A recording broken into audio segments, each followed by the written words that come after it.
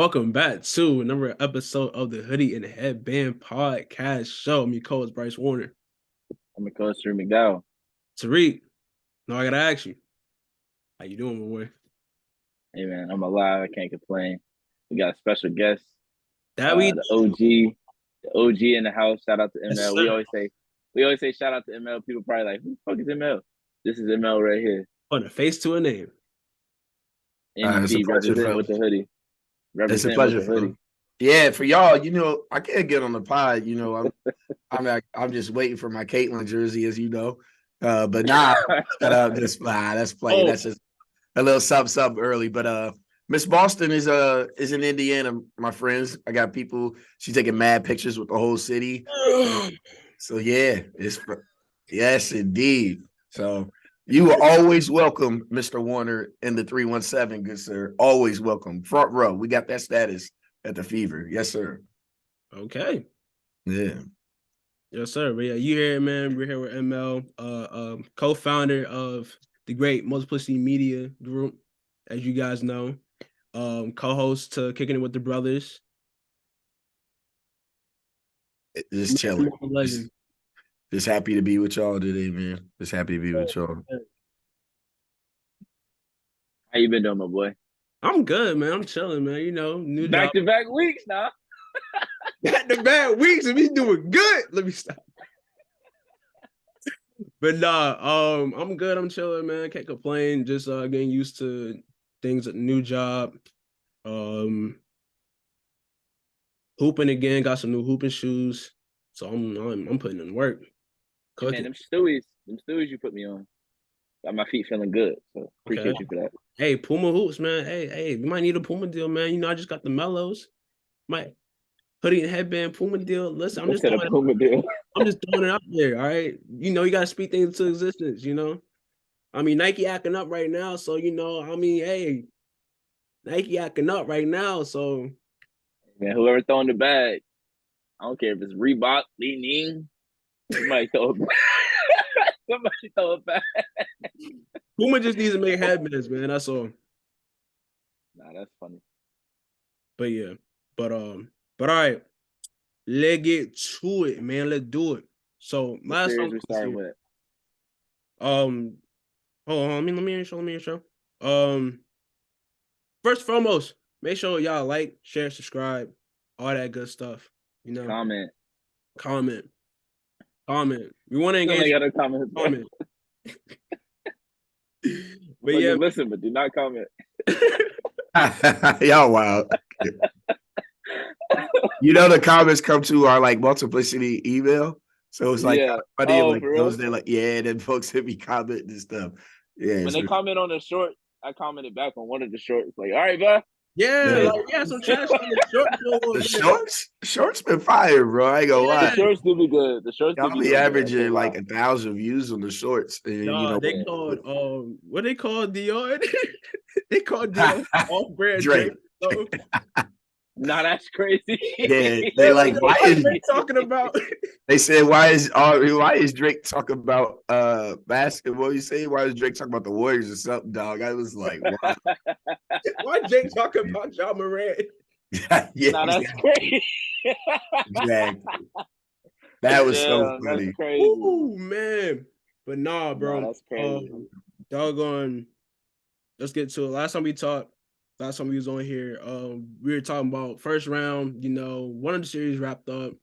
Nets got sent home in full. So whatever. Wasn't our year. So whatever. But yeah, we have some other exciting series. We want to start reading East, West. We can start the West. Start with the West. Yeah, we can start West. We'll get to us. I want to start with that Lakers Grizzlies, man. I want to start with it too. I want to start with it too. Cause we got some news today that I'm loving. I'm living for it. I saw that. I said, "Oh, we're putting that boy in the pack today." Listen. Oh boy. Dylan Brooke runs. Dylan Brooke going up. Pack going up. They're going up. Listen, bro. The Grizzlies said they don't want Dylan Brooks back under any circumstances. That's Yo, think about that. It's like, yo, first of all, I thought it was like a letter from like, the dean or something from your folks. They're like, under any circumstances, he is not allowed at this institution. That's You're crazy. suspended. Man, they was talking to that man like he was a little boy. he They was like, bro. When it's time to clean out your locker, don't come back. That's your last time in the facility. Take the name tag. Take the The Jamal Adams pulling on the door. I was just about to say to Cindy Colson, that's really him right now. And then under her breath, am I cut? Nah, but we ain't re-signing your ass. That's for sure. They already got a whole new group chat with just John, Jaren Jackson, and Desmond Bain. They ain't even responding to the old one. He's like, damn, this group chat been dead. No, we talking to the other one. They should have put that boy in the trade for Rudy, man. They should have sent him instead of Kyle Anderson. Truly, I agree. He's not a terrible basketball player. It's just all the things that he did throughout the entire season, whether it be arguing with Draymond, throwing shade at Melo, the stupid ass dance before pregame, talking shit about LeBron during the series. Like, it's just like all this extra shit, and you not even close to being an all-star. Like, you're a solid role player. Talking about you talking like you one of the best players to ever step on the floor, and that shit is crazy to me. Y'all see Isaiah on NBA TV? He's like, well, you asked for 40. Zeke just look. Zeke do a little voice. He get a little hot. Yeah. Hey, well, you asked for 40. 20 and 20. He gave you 20 and 20 and 40. 40 on the way out. Game 6. Shaq said that too. Shaq said it too, right? He was like 20 and 20. I think that equals 40. Yeah, ain't no math. But 20 and 20 equals 40. Man, damn sure gave him 20 and 20. Oh, man, the Brooks thing, man. I mean, it's good to have confidence, bro. Damn. Want to be good and want to play good and want to be impactful towards your team's success and upset somebody like LeBron James, whatever. But like, we've seen it every time, bro. Every time somebody tries to step LeBron James, they've been humbled every time. Like he said in the Instagram caption, you gonna come with that shit, you better really come with that shit. Listen. LeBron said, I ain't gonna do no talking. Once that series is over, he's like, hey, they going home. Hey, listen, to quote The Wire, ML gonna feel this one. You come at the king, you bet not miss. Best not miss. Man, did you see Bron's walk off, bro? Y'all see Bron walk to the locker room? I mean, it was prior to, when Isaiah, speaking to Isaiah again, the little dip after the Bulls swept him at night. He was like, Brown did no dip. Not a wave, not a he did. Straight to the locker room, focus. And he wasn't even, and you know what? Not even locked in on Steph yet, because you don't know. Because they had just lost. Yeah. You know what I'm saying? The Warriors just lost, but Bron was just like, I don't deal with him. Yeah. You don't mess with the Grizzlies. I don't think the whole league doesn't mess with the Grizzlies. That's part of the problem. That's the thing. And that's sad, right? Yeah. We're saying that going into the season, Like a lot of people were saying that going into the season because of, just how they act. Like even last year where they acted like they were such a big dog, raw dog team. They haven't been anywhere yet as a group yet. They're a good young team, but they haven't been anywhere as a group yet. What, the second round? Yeah. Make some noise, bro. Get to the conference final before y'all start talking. And really, we good out west. Crazy. We good out west. Crazy. Didn't even get out the first round. Didn't get out the first round. Who are y'all most worried about? The Celtics. Y'all ain't even get past the Lakers. They might not even get there. He said Boston, and they might not even get there. The way they hooping right now, y'all lost. We gotta talk about that later. Yeah. So what's up? Some words for that? You got some words for that? I'm not ready for it because we still in the West. Let me clear my throat. But what do y'all think the Grizzlies can change? Like obviously Dillon Brooks isn't gonna come back. So what do you think they're missing? We talked a little bit about it last week of them needing another, shot creator type of player, like outside of Ja. Like, Desmond Bain can score, but you don't really want him to have that second guy role. Do you want Jaren Jackson to step into that? Do you want to just put another shooter around them? Because, I mean, if Dillon Brooks made the shots that he shot, if he made half his shots, they win that series, probably. Because he got a lot of good looks, but he missed more than half of his good looks. So if you just add like another shooter in there, maybe they win that series. Maybe they play, or when they play the Warriors this time around, it goes differently. Or do you think they need to add? I don't know what kind of score you would add, but some type of guy that can alleviate pressure off of Ja and Bane, and even Jaren Jackson Jr. What do the Grizzlies need? Wow. Because they for sure gonna need a wing now. I feel like they are gonna need a wing. They're gonna need a vet wing, They need more vet leadership and on that. Sure. Steven Adams ain't it. I mean, Steven Adams, good player, but I don't think that he has the locker room, in my opinion. No, he's definitely still be on the team. Like him and Brandon Clark, like they'll bring them back. So they post players will be great. Jaren Jackson Jr. will be fine at the 4. It's just like your bench is all young guys, really, except minus Tyus Jones. Mm-hmm. You lost Kyle Anderson. You let DeAnthony Melton go because Mm-hmm. I mean you couldn't pay him and Tyus. So you got to figure out whether what kind of players you want to bring in, because last year they decided not to trade like players like Zaire Williams. He didn't really play much this year due to some injury and due to just the way they were playing. So he ended up not. So his value for a trade piece isn't really as high as it would have been last season if they tried to make that move. Yeah, I don't know who's really out there on the market, really, but I mean, a guy like OG, yeah, like something like that. They missed out on not putting all the assets towards Mikal Bridges. I truly believe that. And I actually think they're still playing right now. And actually, I think if they had got Mikal, I think they would have made a run because Denver was kind of shaky in like mid-February to like March in terms of getting the 1 seed, because I actually think that would have propelled Memphis in a different light. That 1 seed in the West. I mean, because everybody's so even anyway. I mean, we looking at that right now. Folks were, prior to the playoffs, Phoenix was supposed to be the favorite, and right now, oof. Looking rough. Yeah, we're gonna get into that in a little bit, I know. But just that example, they missed out. And part of it is, as much as I don't like this, I love Dion. Y'all know I love Dion. That's my dog. But Dion said it last year to me and S, because me and S were like, yo, this is just the beginning for the Grizzlies. I am starting to understand a lot more, and partially is because of, I'm a Pistons fan. I saw 6 straight Eastern Conference Finals. Tariq, y'all ended us, in 06. Yeah. What was you? 1? Boy, I don't even know how old you are. Yo. Like, whatever. I'm just playing. I was 7 years old. You know what I'm saying? But like Shaq and D-Wade, because we, and once they got this stuff together in 06, etc. And so I was like, yo, this is your window's long. Your window's so short now. And if you don't take advantage of it, especially with 30, is out still playing basketball, and Riley's dad is still, doing what he's doing, your window closes short. And they didn't take advantage of it last year, and they didn't take advantage of it in February. And now they home and wondering, man, how are we a 50-plus win team? Yeah. And we're at home before May 1st. Like, besides like adding a player, the players that they have to come back with maturity, because these are all young players. These are all players that came out of the college their first or second year. And Jaren Jackson is pretty mature. His more so his health and staying on the court in terms of fouls. Like Ja, like all off the court stuff really hurt them this year. Definitely. Dylan Brooks, all the stuff that he was saying on the court. Desmond Bane had his fair share of stuff that he was saying on and off the court that he didn't really need to say.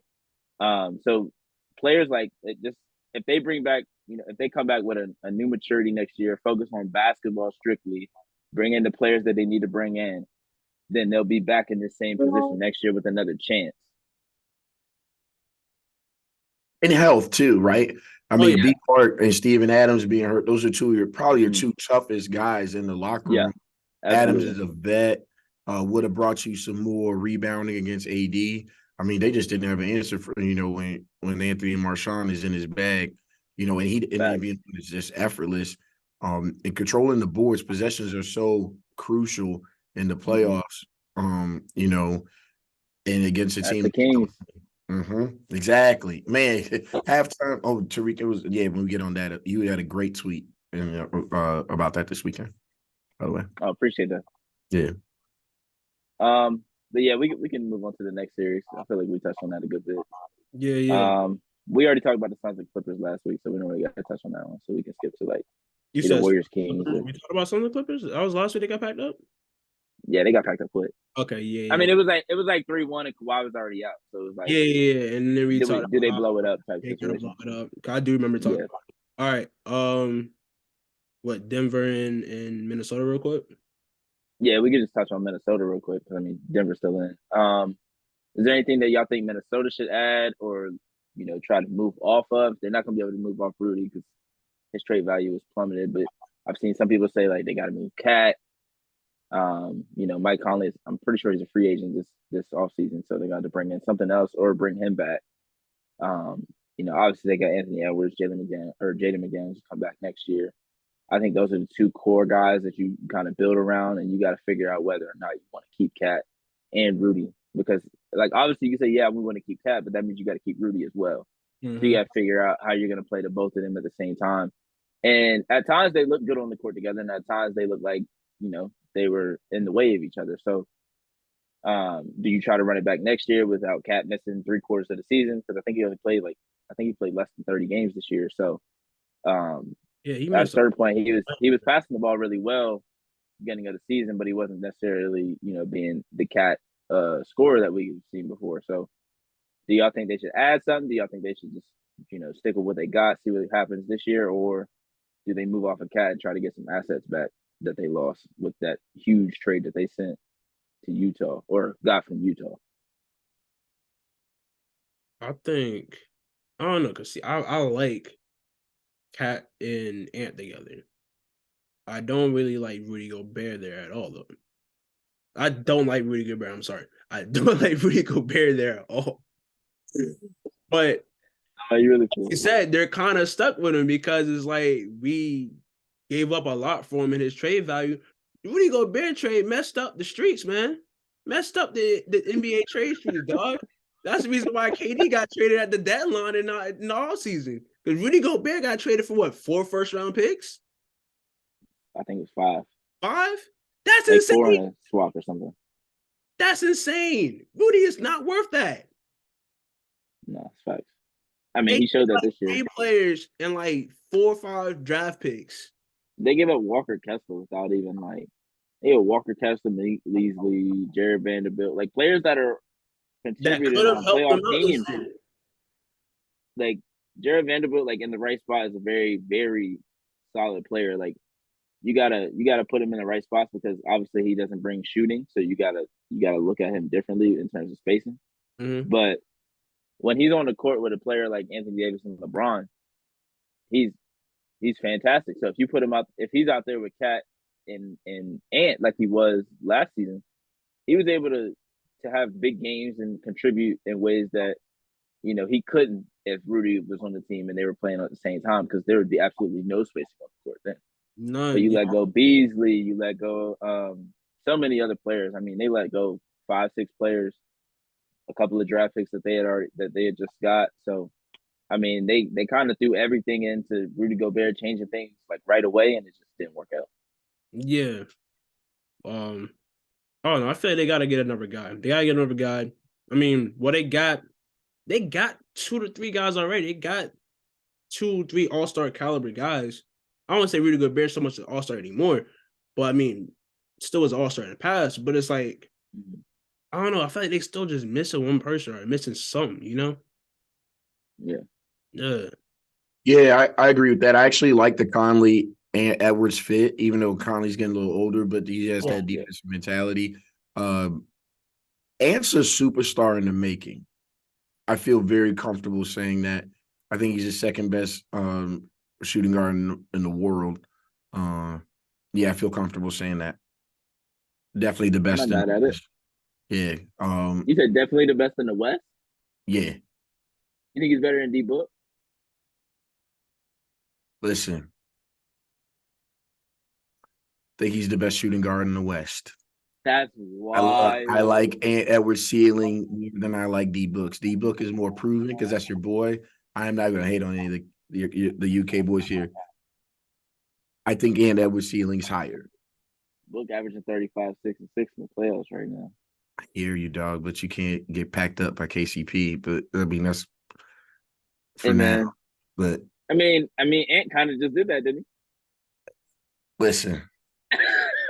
listen. It's the same team. That's Jokic. I just said it, but look at it. And listen, I agree that Book is there.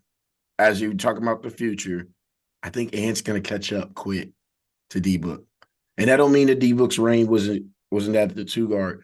If I had to pick a 2 guard to build my franchise around moving forward, it's Ant over D Book. And honestly, Who do you have as the best? I don't feel comfortable saying it now, but yeah, I'm on the pod. I got to be on it. I got to be honest, man. I build around Ant first. I build around Ant first. I feel comfortable saying it in your presence because of the UK love, but if you weren't there, I'm blocking you out. Bryce. Bryce, I'm building around Ant Edwards, dog. I'm building around Ant Edwards. All right, back to the show. I'm not mad. I'm not completely mad at it. Yeah. Who do you have as the best 2 guard then? Is it Jaylen Brown? That's why I was about to say. If you got it as Jaylen Brown, then we definitely got to have a conversation. Because if you put D Book with Tatum, that's a problem. Jaylen to me is a 2 based on like but Boston is how their offense is being ran. But like I like that Jaylen always guards the best perimeter player. D Book don't do that. Book's been doing that more recently though.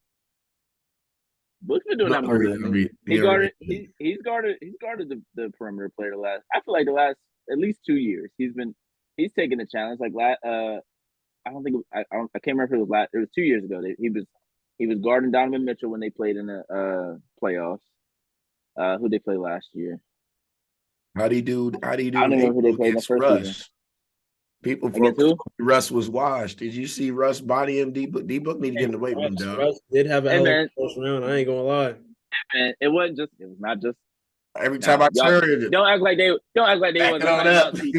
Y'all know who they was solid first round. Can't count. Y'all know Mouse in the house. Who they was hunting out. Y'all know who they was hunting out. Don't do that. Y'all know they was hunting out Cliff Paul. Stop it. And then he got hurt again last night in timely fashion. Oh shit, we losing in the playoffs. I'm hurt. Oh shit. Listen, that's Cliff Paul to a T, man. Another thing, I see Tariq tweet about Cliff Paul the other day, dog, and had me rolling while I was driving. I was on a road trip. Cliff Paul making further in the playoffs than Chris, man. Wow, that's but you hear what I'm saying. Here's my thing for D Book. If I had to give him like just a quick report card, brother, you are right now one of the most dynamic scorers in the world. There's nothing you can't do on the offensive side of the basketball.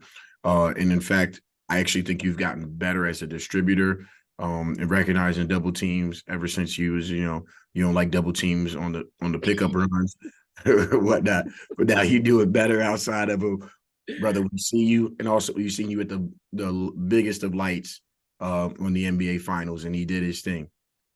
Where Ant, to me, I think is taking it to the next level. Super pause on this. I think Ant's physicality. I think his defense is actually a little bit better. Yeah, I just said, listen. I'm sorry, it's because you said, you know what I'm saying? Especially with Mace and Cameron out there, you gotta get your pauses ready to go. You know what I'm saying? So that's where I'm at with it. You know, like I said, his ceiling, I like Ant's ceiling more. Devin is more proven. And it's good, man. It's great. I wish we could the West, I wish they both could start on the All-Star team next year, to be honest with you, because they both have made our game much more fun. I definitely agree with Ant on the defensive end. It's definitely he steps ahead of Book, and Book came in the league as, hey, you got to try to be the guy right away for the most part, and it was just we really ain't got nobody, so you got to go give us 25 every night right away. Yes, sir. So it wasn't and you also got to be the point guard because we got Elliot Kobo playing right now. Who? Dog. That was his point guard for a few years, man. I remember, bro, low key. Like, I don't know. I I remember that name low key, but I had to be funny just now. But Hobo, Alfred Payton, like they was throwing any point guard they could find for $2 million a year and putting them with Book and was like, yeah, this your guy right here. And he was like, come on, bro, what are we doing? Then you give him Chris Paul, and he don't got to be the point guard and the shooter and the best scorer on the team. At what 6'5", which is pretty hard to do, to be the best scorer on the team and the best facilitator on the floor, and you're only 6'5". And I think once he got Chris Paul, it was like, okay, I could take a little bit off my shoulders. And I think he really has gotten better on the defensive end. I can't remember exactly what series, but I feel like it was the Utah series a couple years ago where I was like, okay, I see him trying to lock in on Donovan. And it might have been a regular season game that I saw before that. I think it was a regular season game where they played Utah. And he was guarding him in the fourth quarter, and Donovan didn't score for the last like 6-7 minutes. And I was like, okay, that's a step. That's something I haven't seen from Book before. And now this past season, you can see like, okay, the best perimeter player, it's not always Torrey Craig or Josh Kogi out there. Like they'll put a Devin Booker on him and see what happens. Like Devin Booker guarded Kawhi a little bit in the first round. So I think, as it gets closer and closer, like when he's playing guys that are his size, and he's gotten a lot better. He was bad when he came in the league because he really didn't have the time. I mean, when young players come in, they're not like, oh yeah, let me lock in on the defensive end, especially when they come in to score. Like Tyler Hero, he wasn't coming in to play defense, but you realize with team you on, you making deep runs, you got to play some defense, or they're gonna hunt you out every game. So he's bulked up every offseason since then, and he's improved. He's not a great defender. He's not even above average. I would say he's still in the average to close to above average range, but he's gotten bigger, so it's made it tougher for teams to hunt him out. And I think Book has become a above average defender. I don't think he'll ever make an all defensive team, but for what his team is going to need him to be, I think he's stepped up in that degree. He's not like James Harden defense bad. I think he's taken a leap defensively for him. I don't think he's taken like an Anthony Edwards leap, but I think he's taking a leap for himself.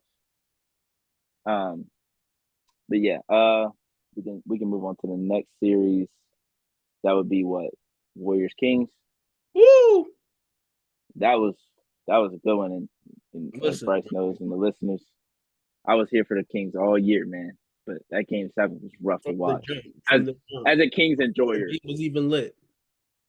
As a Kings enjoyer, that was tough to watch. Just because like you could see all the plays that were like, y'all are this close to taking a 10-point lead, and now they end up down 7. And it's like, y'all were right there. Like, you go get that rebound, you get this rebound, you don't make that foul, you don't make that foul.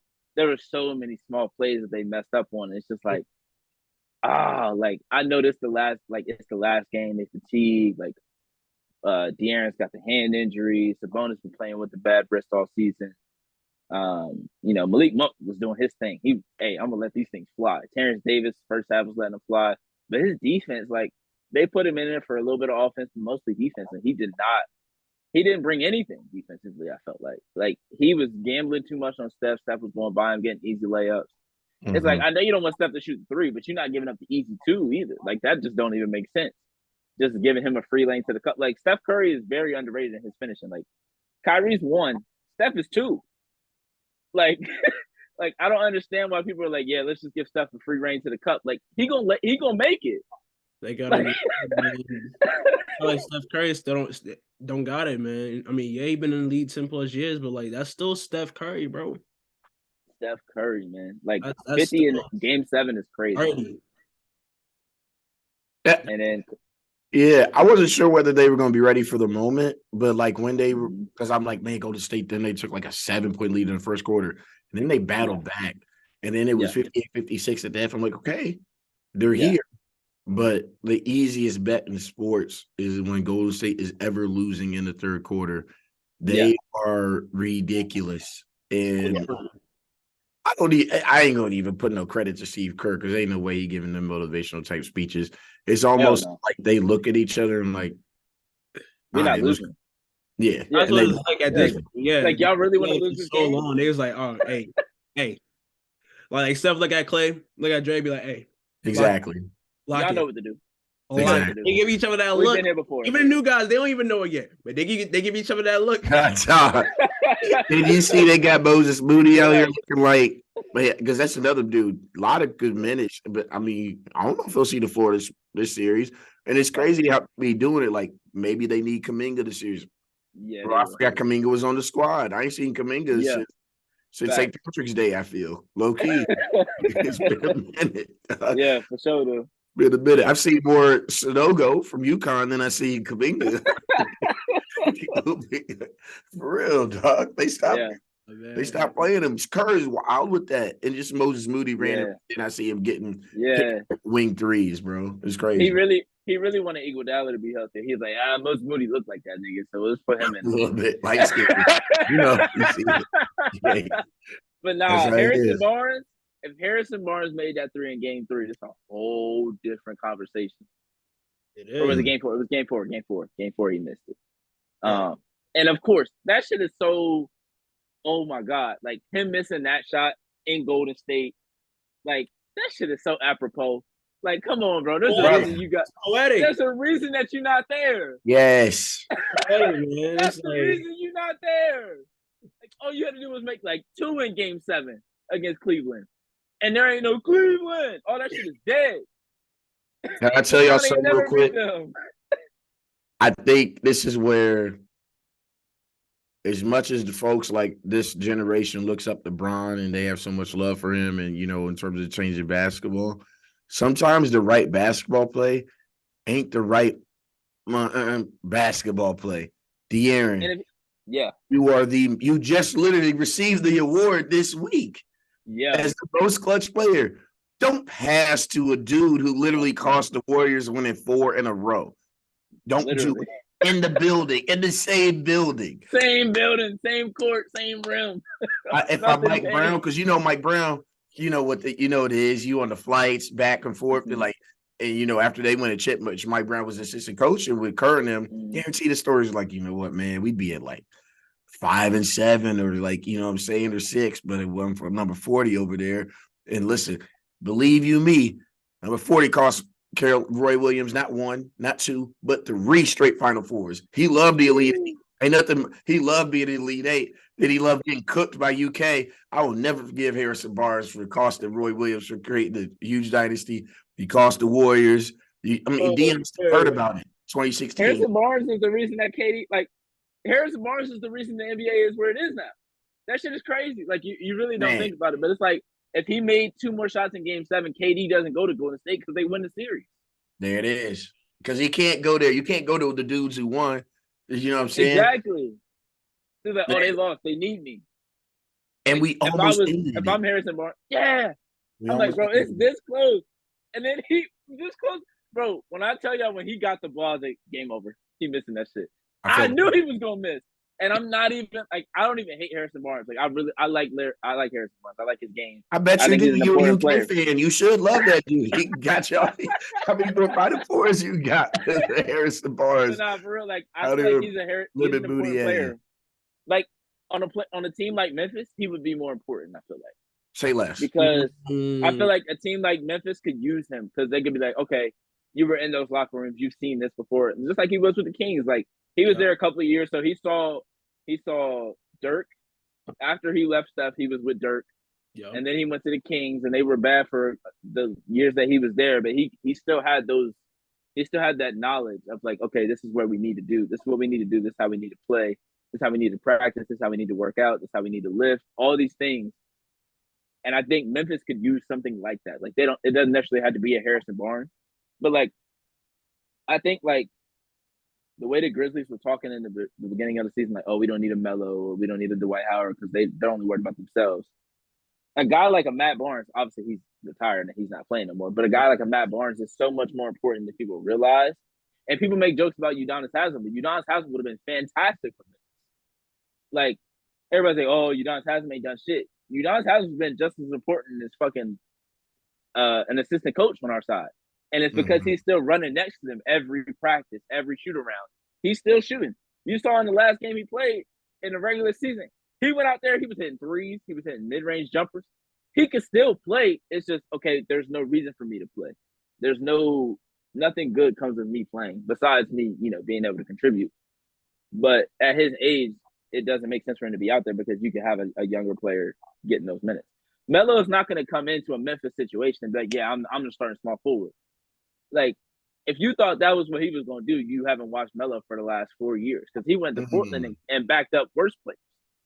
Like, that don't even make sense to me. So for them to say, like, oh, we don't want no vets because they're going to come in and try to take our spots. If you think your spot's going to get taken by a Carmelo Anthony at 37, that's you. That is a sign right there. Yes, sir. That you're not ready. That's a sign that you're not ready.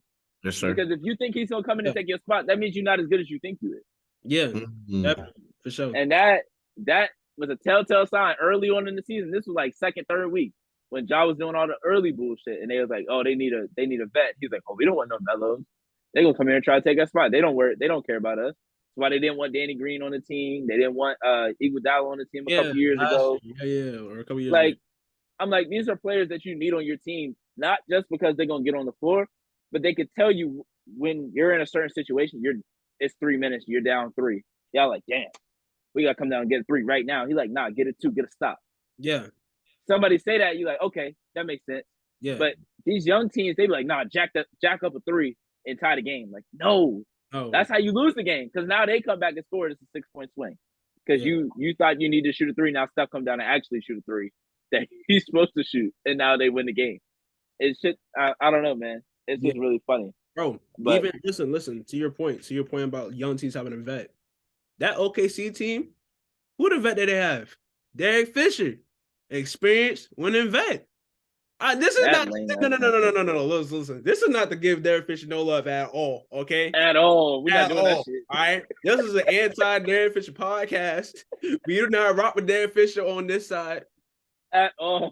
Mr. Steal Girl, Mr. Steal Girl. Trey, you see that jersey background? That shouldn't be a jersey. That should not be a jersey that she had to wear. She should still be in purple and gold. But Derek Fisher's stupid ass want to put her on the bench against the Sun. And, oh, yeah, we're going to win without her. No, the fuck you not. You're going to lose by 30. I forgot about Reek probably got a little thing for Derek Fisher. Reek probably a Matt Barnes. Reek probably a Matt Barnes shotgun. Talk about let's go handle our business together. Hey man, he should have called me instead of Gilbert Arenas. We'd have went together. He called Gilbert Arenas and Gilbert Arenas talked him back. I'm like, no, let's go. Let's go get him. Man. Nah, Candace CP, she should have. I mean, she should have been what Kobe was. We ain't trading you for nothing. Whatever it is, she's the ambassador. Rings and things. She was the heir apparent to Lisa Leslie. Now she had to pull a LeBron. LA is yours. Now she had to pull a LeBron. Vegas, baby. Go home and then go to LA or go to somewhere else. That's all right though. Like things happen, like Sheldon Williams, you know.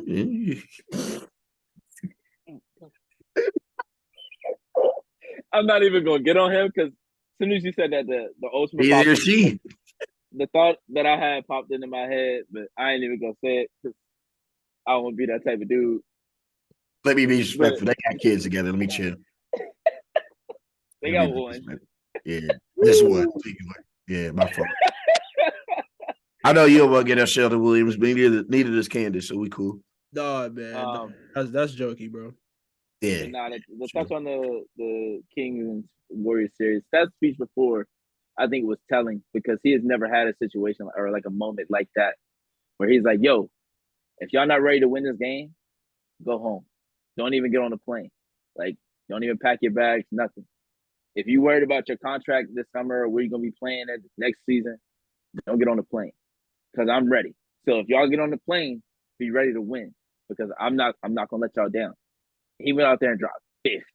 50! Like that's never something we hear about Steph is no type of like speeches or verbal, like, yo, we doing this.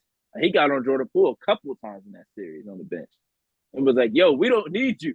Like, you can play, but we don't need you to win these games. We won before you, we'll win after you.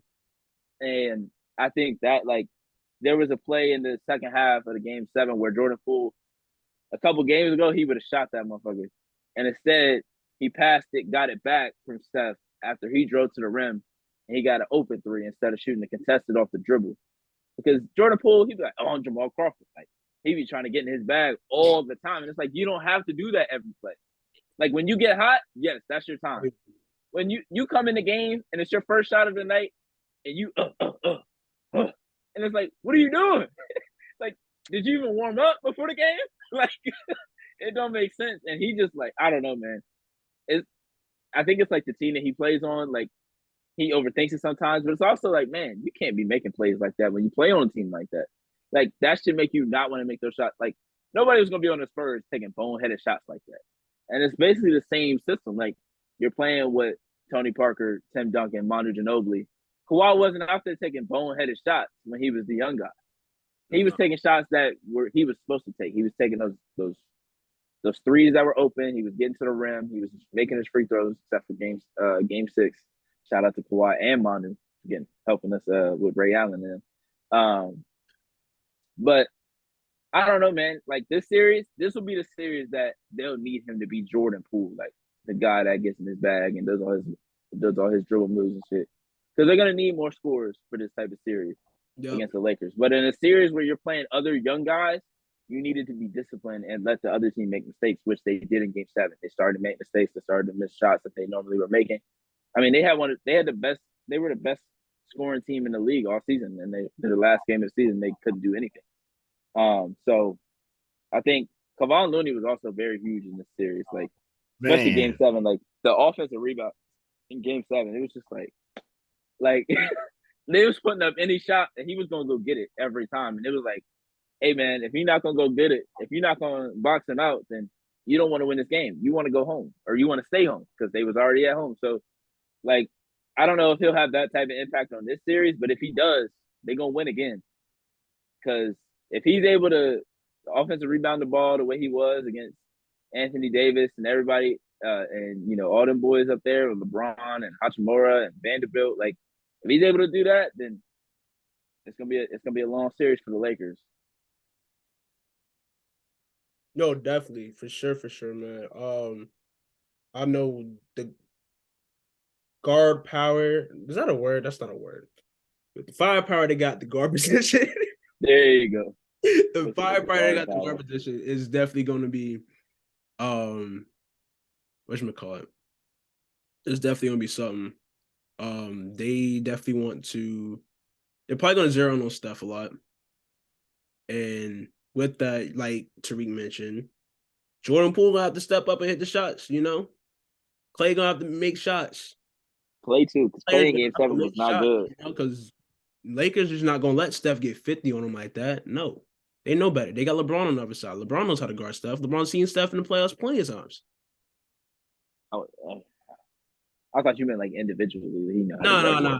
Yeah. This every other day too is going to take a toll on the Lakers just as much as it's going to take a toll on the Warriors.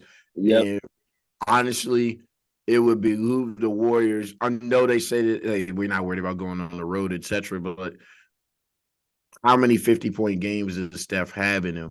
And crypto, I mean, let's be honest. Like it's tough. Sacramento got awesome fan base. It's been a little different with the. You look into the banners up top, in crypto. In LA, they just different over there. As Clay said, he said, man, I've been waiting a decade to do this. He's a SoCal boy. His dad tried to convince him, and Kobe and them was like, yo, we trying to get you to come and be a Laker. And then Steph and them were like, no, let's just build this, do it the right way, obviously. And then also, 35 was coming over there too. So therefore it's like, okay, we can just win a couple where it's just, where NBA was no fun. So yeah, man, it's interesting. I have a question for y'all, obviously, in terms of my age, but I respect y'all in terms of y'all basketball knowledge. Are 30 is Wardell and Bron, they the best players y'all ever seen? Like in your lifetimes? Men's. They're up there for sure. Like they're I feel like they're two of the best. I feel like they're in the class as far as this generation. You got Bron, Steph, KD, You can even say Harden had a run that was crazy. In terms of my era, in terms of like, I mean, I've been watching hoops since what 04. Yeah. So like I've been watching hoops for a while. So I mean, I grew up watching Kobe. I grew up watching T Mac. Grew up watching like You better say him. All time You talent. better say his name. You better say his name, bro. Name some more players, and if you don't say his name, D Wade. But yo, I wasn't. No, I wouldn't even think about him. I'm talking about Timmy. You wasn't even about to say Timmy. Tim. He got 5 of them things. Tim, Dirk, see, Steve Nash. There you go. I was just waiting for Tim because I knew you wasn't gonna say him. I ain't got no D-Wade in there too for sure. D-Wade definitely in there, but I was thinking Timmy. What like is if I'm thinking? What is this? No. What is this imaginary smoke that I have with Tim that you say I got? What is this imaginary? No, I didn't say you had smoke. I didn't say you had smoke. You was like, you're not gonna say his name. You're not gonna say Tim because you look at him the same way you look at Jokic. You don't like the way he plays. You don't like the way Timmy plays. About Tim Duncan. Never said a bad thing about Tim Duncan. Never. I didn't say you did. But you never bring up Tim Duncan. I have never said a bad thing about Tim Duncan, so I don't view him in the same light. You wasn't gonna say Tim Duncan. You said T-Mac. I'm not in the camp of Wardell passing Kobe yet. Like that's just me. No. But I'm not either. If he gets to 5, I think he has. And he has a good case. He has a great case. A great case. And I mean, they both have actually gone through stretches in their last prime years of not making the playoffs. That's like you saw the stat today. Like it's come out like, yo, Steve Kerr's never lost a Western Conference Western Conference series. Yeah. And I was like, yeah, never thought about that because Mark Jackson lost that game 7 to Cliff. I guess he was Chris for a minute, and then he turned to Cliff in the next round. But he's always Chris for a little bit. And when you really need him, that's when he turns into Cliff. But then we aren't counting the times where Golden State didn't even make the playoffs. One, with the bubble and whatnot, they don't want to count that because of Steph's injuries. And then the other thing is when we had to play in, then Memphis sent them home in Oakland. Actually, did Memphis close out what's it called? Yeah, it was. The old arena before Chase? Yeah, it was. I may be mistaken in that. I apologize. Maybe that was that was a playing game, right? Yeah. But I thought that was the last game before Chase. I could be wrong. I think it was, yeah. Let us know in the comments. But regardless, once they are in, they do their thing. So that's the only thing about with Kobe. But granted, damn, you know what? Steph ain't have to play with Smush Parker. That is fact. Every night. That is Kwame Brown. He didn't Kwame Brown. You know what I'm saying? He can't dribble. He can't play. Does not put a post move to memory. 2 post moves to memory. Is that a trick question? Nobody was Kwame Brown. But nah, I think my top 5 of my era, I think I still might have my boy. This is off the top of the dome. I'm putting D-Wade 5. And somebody can argue they 5. I would go KD. Oh, that's tough. KD 4. I'd probably go Steph 3, Kobe 2, Bron 1. In my lifetime. Or not just my lifetime, from 05 to now.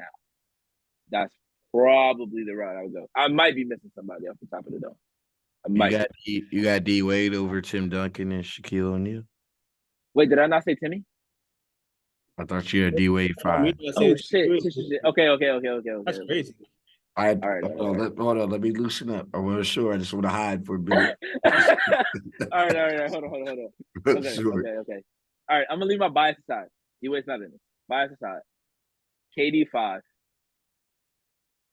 Oh, this is tough because I got all time. I low-key got Timmy over Kobe, so I would have to put Timmy. You are one of those people, yes. So I would have to go KD, Steph, Kobe, Tim, Bron. But Steph, if he gets a ring this year, he might leapfrog. mainly over I both kind of of agree with them. that. I kind of agree with that. I think for me, he would definitely leapfrog Kobe, respectfully.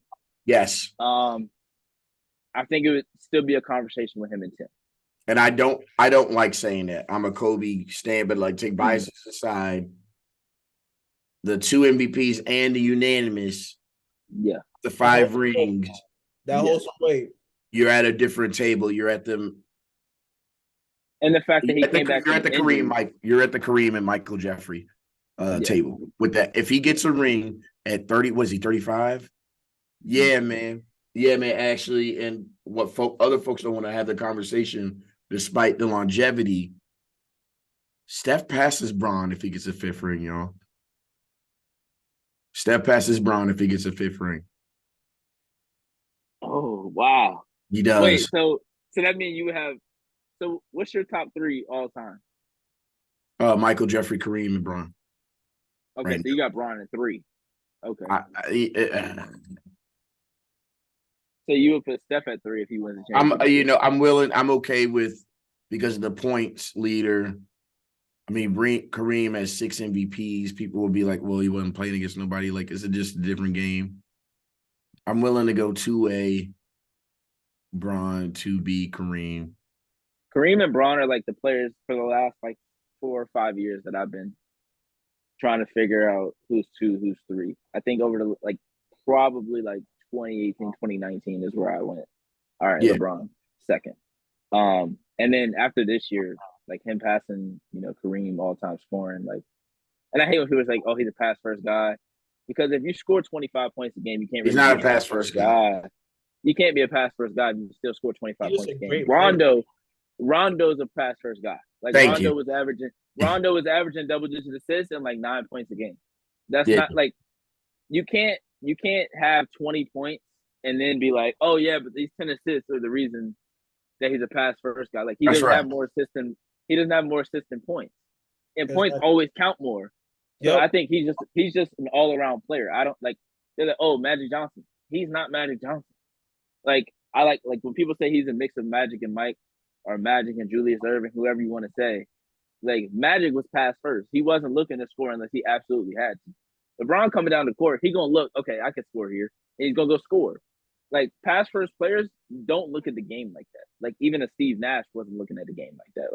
Yeah, he was picking his spots and getting to his shots, but pass first guys like Stockton and Andre Miller, fucking Rondo, those types of players, they weren't looking oh, let me come down here and see if I can get a shot. No, he's all right, let me see who I can get a shot first.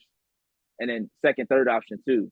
If I can get a pass out to Hornacek, I'll get one to him. Or if I can get a shot out to Melo, if it's Andre Miller, or if I can get a shot to AI, whoever. LeBron's not coming down the court yeah, let me get the shot for Austin Reeves.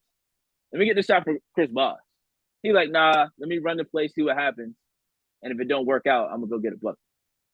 If it works out my way, I'm gonna swing it. He's a willing passer. He's an unselfish player, one of the most unselfish superstars we've ever seen. But I hate when they say he's a pass first guy, because you can't be 25 and 8 for your career and say that he's a pass first guy. That's just not true.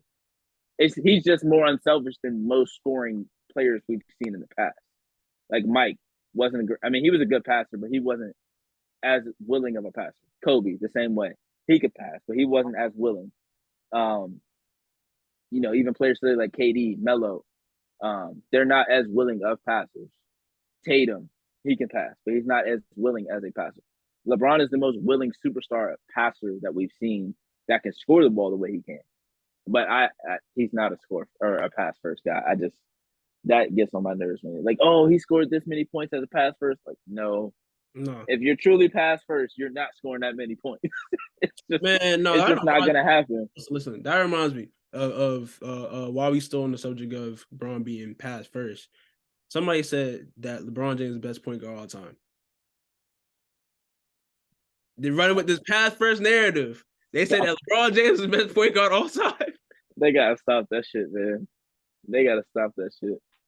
He's the best all around player we've ever seen. I'll give him that.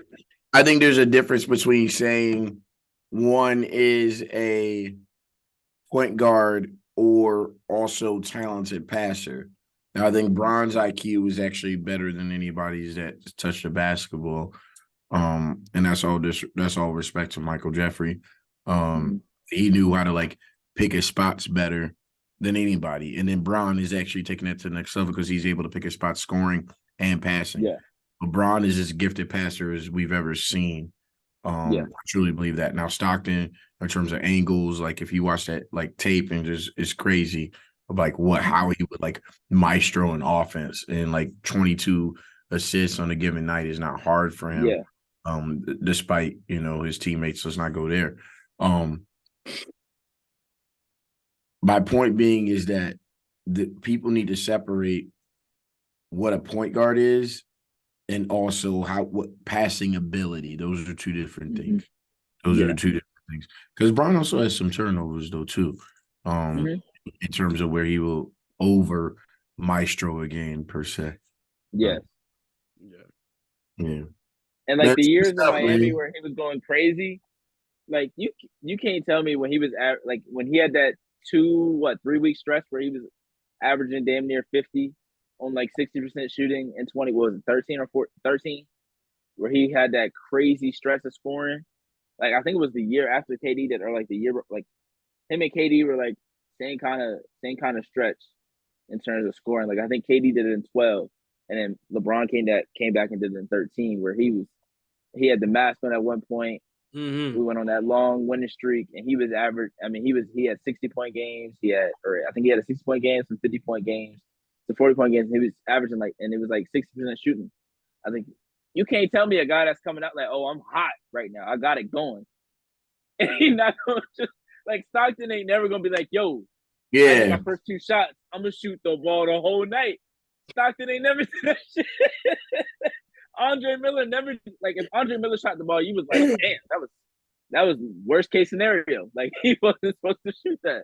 Like, LeBron is one of the most gifted players we've ever seen, if not the most gifted and talented player we've ever seen. But to say that, all he wants to do is pass is asinine. It's just, it doesn't make sense.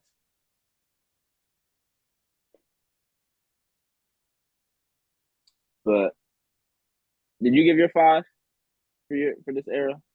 I don't know if you gave your 5. Yeah, I don't know if you gave your 5. I said I agree with your 5. Okay. Yeah, I slipped that in there kind of, but yeah, no, I agree with your 5. You said what? KD 5. You said KD 5. Well, I don't think you fully agree with mine because I got 10. Yeah, your 5, but listen, your 5 was KD, Tim, Steph, D Wade, Bron. I took D Wade out. I took D Wade out and put Kobe. Cold. Okay. Yeah. Oh, yeah, definitely. Yeah, I agree with that 5. Yeah. Not in any order, but that's the 5 you would agree with. That's the 5 I'd agree with. I mean, I'll probably put Bron in order. I'll probably put Bron 1, maybe Kobe 2. Bron 1, Kobe 2. Then it's like, you got Tim or you got Steph. Like, I don't know, because like Tim was dominant too. His dominance just looks different than Steph's dominance. I'm telling you, ain't nothing you can do. Him go slow the game down and play at his pace. Tim was cooking dudes at 37, 38. The defense separates you. The defense separates you. You see, definitely. You know what I mean? Like you a DPOI, you also Finals MVP. Yeah, he just has more in his locker per se. You know what I'm saying? Yeah. But also, he also was coached by the best. So, you know what I'm saying, in terms of modern era, not named Phil. Nah, give me Greg over Phil. If Greg had Mike and Kobe and Shaq, he'd have more. Sure. Yeah. Sure. Of course. If he had Mike and 2 in a row though. Kobe. That's the important part. He needed to get 2 in a row for it was a thing for him. So and Phil, when he didn't have all them players, he was like, "Oh no, I'm gone." He wasn't coaching the Swiss Parker team.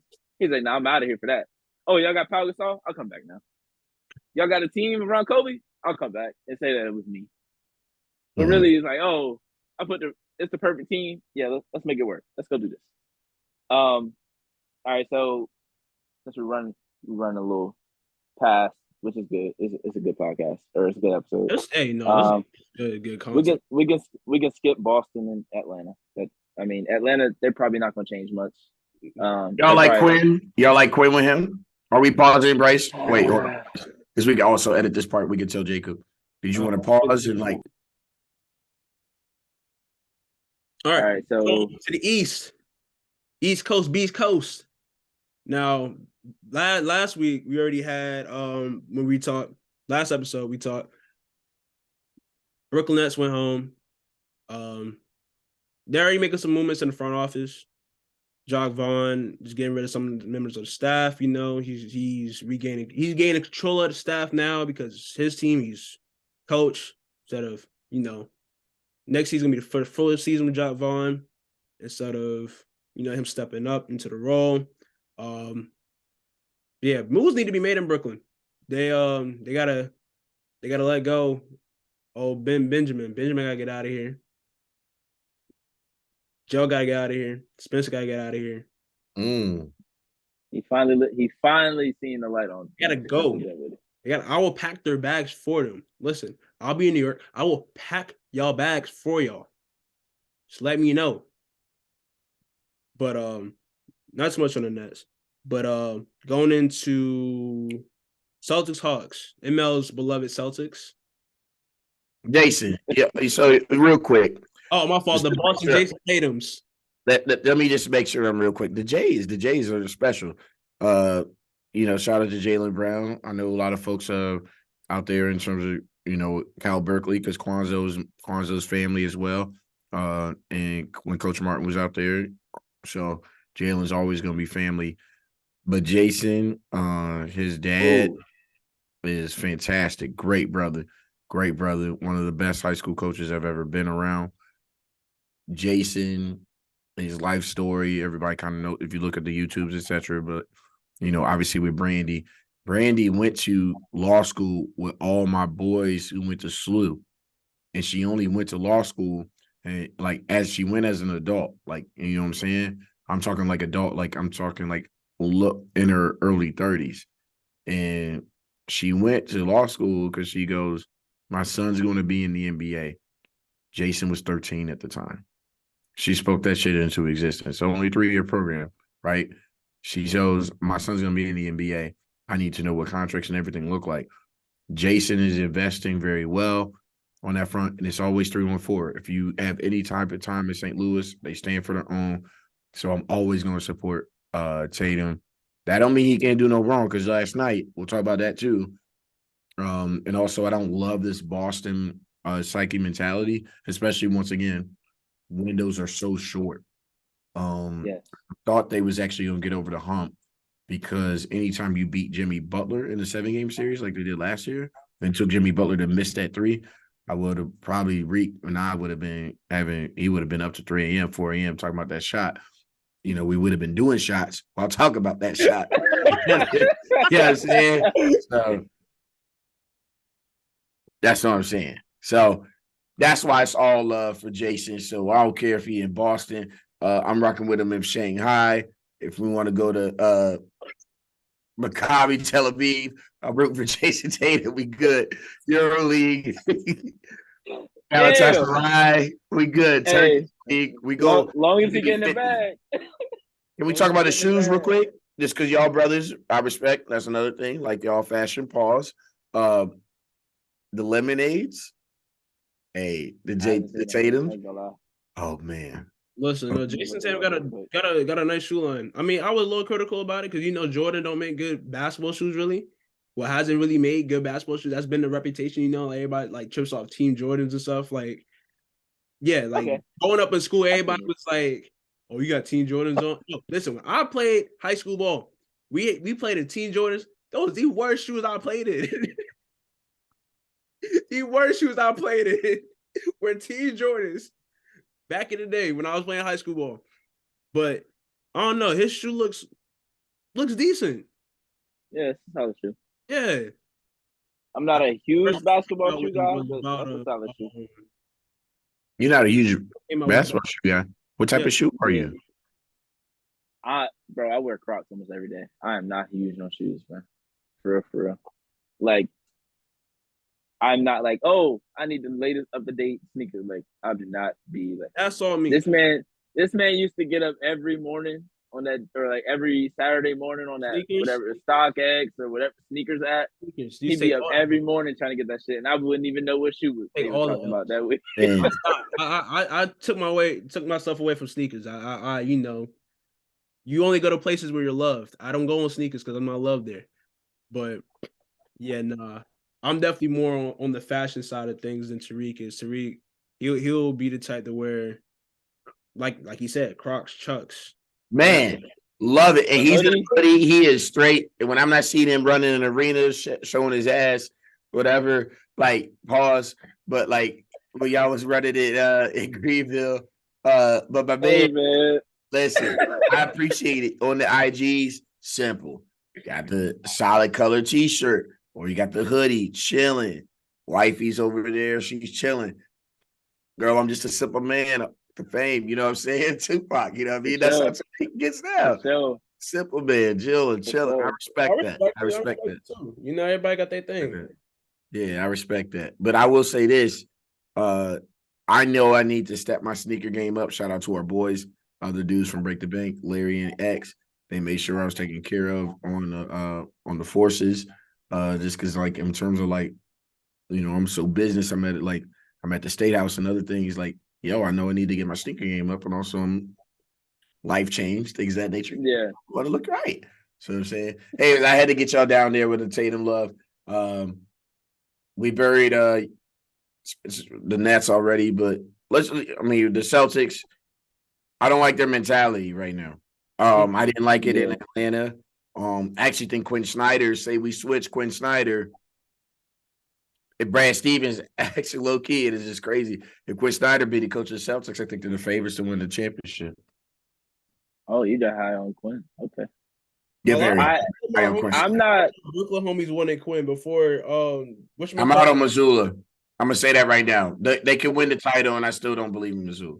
I'm not. I could see it because like last year with Ime, you could see the defensive presence. Like they had some games where they gave up a lot of points offensively, especially in the playoffs. But again, that's the playoffs. You're playing the elite of the elite. So, but like that second half of the season they had last season in terms of the defense was insane. And we've seen bits and pieces of that this year. Like Derek White is probably all defensive team player. Um, and you know Rob Will is Rob Will, but he's not always on the court. So Tatum and Brown can be elite defensively, but they're not always locked in. Like last night, there was some back cuts that they didn't see. There were just some easy shots they were giving up, and I'm like, y'all. I mean, and y'all got the defensive player of the year from last year, and it's like y'all didn't even. I don't understand. Maybe he doesn't have the same voice that Ime did. Like I'm not sure. Because they didn't really. I think last year they didn't really listen to Ime at first because you know they still got the Brad Stevens everything. But once they started to lose, Ime was like, "Hey, this is what we got to do. This is what we need to focus on. This is what we're. This is the team that we're gonna have in our identity." And they bought in. They started to win. They're like, "Okay, we got to the final, so we believe in what he's saying. We know what he's saying is gonna work." Then another guy comes in. Obviously, he was on the bench, but it's like, he ain't got the same voice. He ain't saying the same stuff. Like we don't know if he really know what he's talking about, type shit. And Marcus Smart, Jaylen Brown, and Jason Tatum have always butted heads in small ways, especially on the court. Like Marcus Smart will take some dumbass shot, and Jaylen Brown and Jason Tatum, they'll look at him and be like, "What the fuck was you doing?" He'd be like, "Man, if y'all gonna shoot 30 shots, I'm gonna shoot my shots too." That's not the way he's supposed to look at the game, though. Pat Bev ain't gonna be like, "Hey, y'all shot 30 shots tonight. I'm getting my 15 up." Pat Bev is like, "Nah, I'll shoot the ones that come to me." But Marcus Smart, like when he gets the ball, he like, "Yeah, I'm the third guy." There doesn't need to be a third guy. You got there doesn't need to be a third guy. Just run the offense. Like I don't understand it. Like there's sometimes where he'll shoot them out the game, and there's sometimes where he'll shoot it so good it's like, hey, if he hitting him, he got to shoot. But you know, I think to get back on the Quinn Snyder point, I'm not high on him. I just think all the failures in Utah you can't fully put on Gobert and Donovan Mitchell. I think at some point it's got to come down to coaching too. Like all three of them are at fault for some of it. Whether it be Quinn Snyder not making enough adjustments, not taking out Rudy Gobert. Like allowing Terrence Mann to hit all the threes that he did in the game 6 against Rudy, like on Rudy Gobert, that ends up losing you a series. Like if you bring him out and play somebody else, maybe y'all win that series and you move on to the next round and you don't got to worry about whether or not you can play Rudy. And then Donovan Mitchell, obviously, like, yeah, he's giving you 40, but he was giving up 40 on the other end. So, and then Rudy Gobert, obviously, he had his issues on the playoff defense. So, I think all three of those had their own issues. And I think with a team like Boston, I think obviously Quinn Snyder would do well because he doesn't have to worry about that. He doesn't have to worry about like, oh, I can't play this guy in a certain situation. This guy's not going to play defense. My star players is going to give up 40. Jason Tatum's not going to give up 40. We saw that last year when they played KD. He's not giving up 40. He may not even give up 30. And that's saying a lot with the talent that's in the league right now. So I think we'll see what the Hawks do. I think they'll like they always say they're going to try to trade John Collins, but they never do. At this point, it's like everybody knows who he is. He's not really going to get any better. And that's with all due respect. I don't see him becoming like a 20-10 guy or anything like that or becoming an all-star. But he's going to be a very solid 4-man for whoever team that he ends up on. But he's not going to like change your team's trajectory majorly. I mean, certain teams could really use that. Like we could have used that. We could have used him as a 4 midway through the season. But I think Kevin Love is doing the same type of things that we would want him to do in terms of shooting the ball, rebounding the ball, and helping run the offense. So I think for the Hawks, it's always going to be about, can Trae Young be effective off the ball? Because we know what he can do with the ball in his hands, and that's going to get you to a certain point. But you got to be able to play off the ball as well. Like the Steph Curry comparisons, they don't compare because he can't play off the ball at this point. Like they brought in another point guard, and DeJounte still ends up playing like, oh, let me stand over here. He's shooting spot up threes. That is not his game. If any of those two should be shooting spot up threes, it should be Trae. So they gotta have a conversation.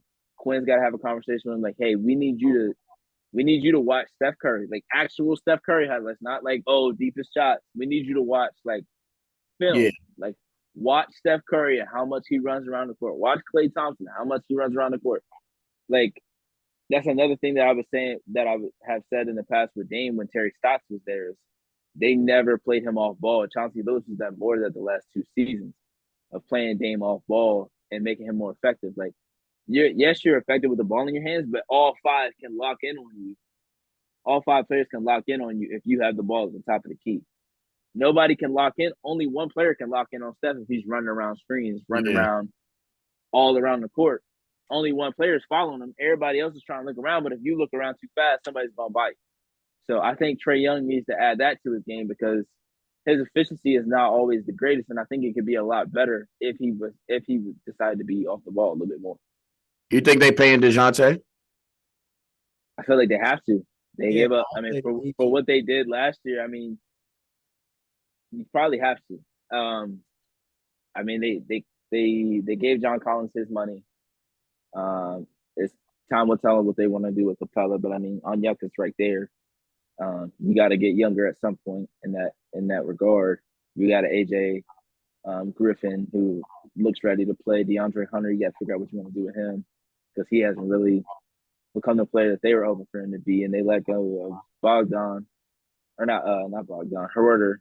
So they might look to move some more players, but they almost have like too many of the same type of players.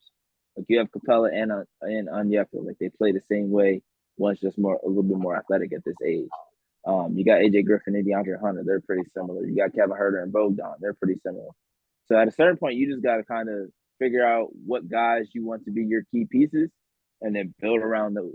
If it's Trae, DeJounte, and one of the post players and AJ, all right, build around that. If it's some other guys, if you're going to retool with different, like you got to figure out what your direction is. And I think the last couple of years, the reason that it ended up not working for Nate is they didn't really have that conversation of like, all right, what are we trying to do? What are we bringing in? What are we bringing around Trae? What are we surrounding him with? Like just bringing in a point guard just because he said he wanted more help. Like it didn't really help in the long run because Trey still played like Trey. And he was supposed to come in to alleviate Trey from having to do everything. And Trey still ended up almost, averaging the most assists in the league and top of the scoring in the league. Yeah. Who's most likely to be traded, Dame or Trey? Dame, come to Brooklyn, Dame. There you Come go. to Brooklyn. Come on, man. I can't see Trey getting time traded. in Brooklyn. Y'all can't see Trey being traded. You did see the reports the day before the did started. Definitely. Yeah, but it's like if you trade Trey, then you really got to trade everybody. You got to trade DeJounte, you got to trade Capella, you got to trade Collins. So that's 4 different trades that you got to make at the very least to try to rebuild, to try to start your rebuild, because you trade Trey and you try to build around DeJounte and John Collins. I don't think that puts you in any better position than you are right now. And I don't think, honestly, it sounds crazy to say, but I'm not sure there's a ton of teams that are looking to add Trey Young to their team. Like, besides maybe the Clippers, I don't think Trey Young coming in and not holding the ball, but ball stopping really helps that many teams in the league right now. I think teams, like, if teams could have seen what Tyrese Halliburton became this season, I think if both of them were on the trade block, more teams would want Tyrese Halliburton than they would want Trey Young. And I think talent for talent, people would say Trey Young is better. But if you want to be your point, who you would want to be your point guard, I think people would say Tyrese Halliburton. Heard it. Yeah. And after this season, I think people would say De'Aaron Fox as well. Like Trey Young, when they went to the conference finals, he was like, "Oh, that's a top 3 guy in the league." Like, all right, if you're starting your team with any point guard, like, who are you going with? And a lot of people were saying Trey Young. I think today, a lot less people are saying Trey Young. Yes. And it's not completely his fault. I think, like, the system that he's been in and the way that he's come into the league, we're like, okay, we need you to do this. We don't really have anybody else that can do the things you do. But then when you got a player that could do those things, he didn't really give up any of that leadership or any of that, like, on ball role. So we haven't really seen him play with players that are on his level. That's the thing. Yeah. Heard it. All righty. But we can move on to what? Cavs Knicks. Cavs Knicks. Knicks have made it past the second round for the first time since 2013? Yes, I believe so. Had to be, yeah, because that was the year. Yeah, they beat Boston. Yeah, they beat Boston. Yeah, and they lost to who did they lose to afterwards? Yours truly. Miami Heat, I think, right? That's what I thought. Yeah. That's what I thought. Yeah. Oh no, it might have been the Pacers. It might have been because that's when Pacers were. It was one of the 2. George. I don't remember. It was one of the 2. I think they lost to the Pacers in the first round of 2014, but I can't remember off the top of my head. No, they lost the first round of 2014. Or one of they lost to Boston one year and then they beat Boston the next year. Yeah. I remember that's when KG was like, "Lala tastes like Honey Nut Cheerios." Wow. Wild. What do y'all think the Cavs need? Ooh. I think the obvious answer is a wing, but what kind of wing? The Cavs may be in the business. Karis LeVert. Let me stop. Let me chill. Not wrong, bro. Not wrong. Chill on the X-Net slander. Let me chill. But I don't know, just a better version of Karis LeVert, though. You know? I don't know what their assets look like. It depends on what the lottery balls, or however that look like. Let me back up and say this. I think Jared for regular season basketball, they are absolutely built to win 50 to 55 games. Yeah. Because Mobley's so great defensively, Jared Allen's so good defensively. Donovan can carry you for a 2-3 week stretch at a time, which means 6 to 7 games. Darius can then carry you for a 2-3 week stretch at a time, which then eventually, if you're doing what you're supposed to be doing, you'll get to 50 to 55 wins. And that means a top 3-4 seed. The issue is in the playoffs. You can't play Jared Allen and Evan Mobley together in the playoffs. And for this NBA, in my opinion. And on the other flip of that is your if Garland and Donovan are your engine starters, the people that you're kicking out to can't be Karis LeVert. I love Karis LeVert. Shout out Michigan, go blue. Man, shout out Kessler. Super inefficient, and Yeah. that's why he gets keep getting traded around, right? And he Yeah. probably be. I mean, he was a free agent, right? If I'm not mistaken now. I think that's right. And then you can't bet on Chetty Osman and Okoro to be your wings to hit corner threes. And like y'all, they faltered against the Knicks. And the Knicks are struggling to beat a Miami Heat less team without Jimmy Butler. So I don't know what I'm not saying they're always gonna peak in like first round, maybe it just kind of depends on the matchup. The other thing is like, yo, my man got to tighten up. Coach Bickerstaff, he got to tighten up there in Cleveland. Yeah. Got to get it together. He got out. Tibbs ran circles around my buddy. Thoroughly.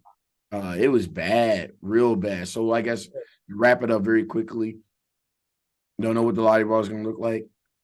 Man, could they use Brandon Miller? I'll just put that out there. Just to do, we need to like depend on him to like create your offense. Can you hit corner threes? Can you be long and defend, pause? I like that type of player. But I would love it. Granted, if the Pistons don't get Wemby, then that's who I want them to get because you can then build on Jaden, and my boy Cade, and then you could with Miller and Durant and Jalen Durant, like you got a nucleus right there. So the Pistons would be right for him, but they need a Brandon Miller type, somebody who can knock you down 38 to 44% 3-point line shots and be comfortable with that. But I don't know. They may have to break up Darius Garland and Donovan Mitchell. But what's up with Donovan, right? Why you always got to trade your second star to make sure that he's okay? And that's what I'm nervous about. And that's why, you know what? That's why Donovan's not in the Devin Booker and Anthony Edwards conversation. There's levels to this. There's tiers to this. I agree with that. Yeah. I think it was wild that Mitchell Robinson outplayed both Jarrett and Evan Mobley. Like, I think Evan Mobley in this series, like, the potential is there. Everybody can see the potential in Evan Mobley, but this series really opened a lot of eyes about Evan Mobley because I mean, not a lot of fans, like not casual, but not a lot of fans that watch the NBA every night are watching the Cavs because you kind of know what kind of game they're playing. Depending on the team, they're gonna win that game. So it's not like everybody's like super locked in on Evan Mobley, unless you're playing like a Jokic or an Embiid or AD or something like that. So I think this was like the first time that everybody was able to see Evan Mobley in this kind of light, and it was kind of like, okay, we could see the flashes of why he could be a great player, but there are a lot of things that he needs to work on in order to be that great player. And is he willing to work on those things? Like Julius Randle didn't score on him because Evan Mobley played great defense, but when it came to rebounding and boxing out and just mucking it up in the post, that's where Julius and Mitchell Robinson and even Hartenstein were able to take advantage of his smaller frame. Because he's small enough to guard all 5 positions, but can't he guard the 5 position well enough to make up for his, for his lack of, physical stature? Because they may have to just move him to a full-time 5 and figure out what to do with Jared Allen. Because if you play him at the 5, now he's got to guard, the Embiids, the Jokic's, the ADs, the Cats of the world. And is he going to be able to do that every single night for 82 games a season plus the playoffs?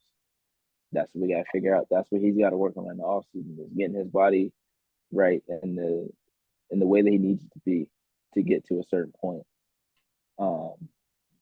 with his potential, because he's got the potential to be one of the best players in the league, especially defensively. He very well could have won Defensive Player of the Year this year, but I think just as much as we saw like Jaren Jackson Jr. has some things that he needs to work on, Evan Mobley has some things that he needs to work on, and it's not a bad thing because he's just going into year 3 now. Yeah. This is after year 2. This isn't saying like, oh, we know exactly what he's going to be, because we don't. This is going into year 3. I mean, I think Out of the four, I think he showed the most this year because K got hurt. Jalen Green, he scored a lot, but he was on a terrible team, so it's hard to put that into, in terms of effectiveness and how much that mattered. And then Scotty Barnes, like he started the year kind of and then he came back around, but he never really showed like real improvement from his first season, where he won Rookie of the Year. So I think out of those four, I think he showed the most this year, but he's got to show a little bit more because if the Cavs are going to be a championship contender, a lot of it's going to rely on Evan Mobley's shoulders, whether or not they keep Garland or not. I think Evan Mobley is the thing that keeps them, or that either keeps them from being contenders or puts them firmly in the realm of being contenders. Yeah. I mean, because you look at the East, you look who's in the East, big wise. You got Embiid, got Giannis, and like really go through them two. I mean, yeah, you got Mitchell Robinson in New York, you got Claxton in Brooklyn. I'm trying to think of other bigs in the East. You got You got Bam. Julius. I don't know why I blanked on Bam. Got Bam. You got I'm just lesser note Porzingis. Yeah, Porzingis played really well this year. I mean, Miles Turner, don't know if he's gonna get moved because that's another guy that gets talked about getting moved every single year. So don't know if he moved. Don't know how the East really gonna look next year because it might be some movements around, but the bigs in the East, Evan Mobley can definitely be one of the best bigs in the East, if not the league, in the next couple of years.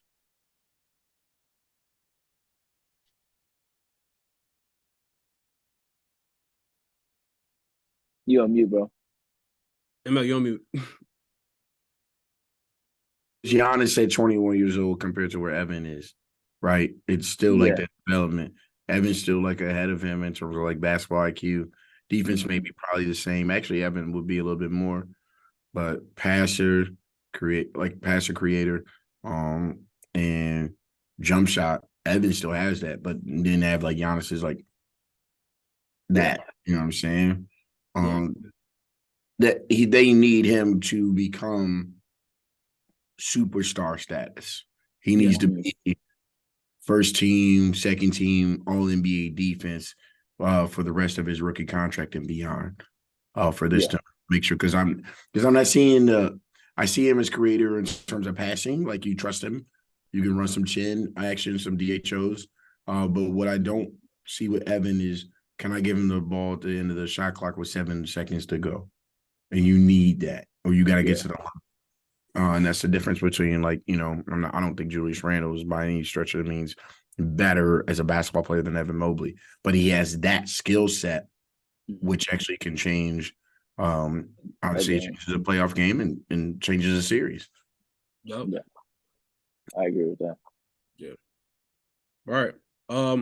Last of the first round series, Bucks Heat. Now this series here, woo! Now y'all saw last week. Y'all saw a reaction to it last week with Jimmy Butler dropping 50. It's crazy. All right. So I've been waiting all week to talk to you about this. I bet you were. I already know your thoughts on this. All right. Before I ask this question, shout out to Jimmy Butler, Gabe Vincent, because if he don't hit that 3, it's not possible for us to get that steal. And they called a foul and we had to jump ball, all that bullshit. And then Giannis had to throw the ball out of bounds damn near because he didn't want to shoot them free throws. Bam was great in the last 5 minutes in terms of running the offense with the pick and roll with and back cuts with Jimmy. Oh, okay. I forgot what you were gonna talk to me about, but now I know what you about to talk to you about. But now that I'm doing my shout out, after the game, a reporter, I don't know the name of the reporter, and I don't think this is a bad question, but he asked Giannis if he thought this season was a failure. And I saw Bryce's reply. So I'm sure I know what his thoughts are, but I would like to hear them out loud on our podcast. Yeah. Oh, you asked me more thoughts. All right. Yeah, floor yours. Listen. So you got KD and you got LeBron James, right? Two of Nike's biggest athletes, right? when they went through their shortcomings in the playoffs, they ain't get no one-page ad talking about failures or come up short. Whatever. They ain't getting no one-page ad from Nike. No, they got see you next year. Good job, champ. Whatever. They ain't get that from Nike. They ain't get half the energy this man Giannis is getting. Like, it's crazy to me. I mean, I get it. I get what Giannis saying. I get, yes, it wasn't a failure. But people acting like this is like giving this man a participation trophy. That's how people are acting. Like, I don't know, bro. He's one of the top players in the league, 2-time MVP. Probably, like, I don't know if you want to argue. I mean, LeBron's still in the league, but if LeBron wasn't in the league, he'd probably be the face of the league. I mean, maybe because he already won a championship, but getting gentlemen swept in the first round by AC after having the season that you had. Come on, bro. That you mean to tell me that's not a failure to some extent? KD got crucified last year for getting whatchamacallit, for getting swept in the first round after the monstrosity of a season the Brooklyn Nets had. Or let LeBron miss the playoffs. Let somebody else in the league miss the playoffs or get swept. They're not getting the same energy Giannis is getting. They're not. I don't know, man. This is Adam Silver's NBA, man. All right. You got something, Memo? Nah, I'm just on my Malcolm X, you know, we got the little two fingers crossed. I got a couple questions. Yeah, you see it. You see it. You got questions for Bryce? Yeah, I got a couple questions for Mr. Warner. All right, yeah, I'm chilling. I would have chilled during this because yeah, I want to just What's up? So how many games did KD miss in the series last year where he got swept? How many games did he miss? 0. Okay. How many games did LeBron miss the year that they didn't make the playoffs in LA? Like a little less than half. I mean, probably like 20, 30.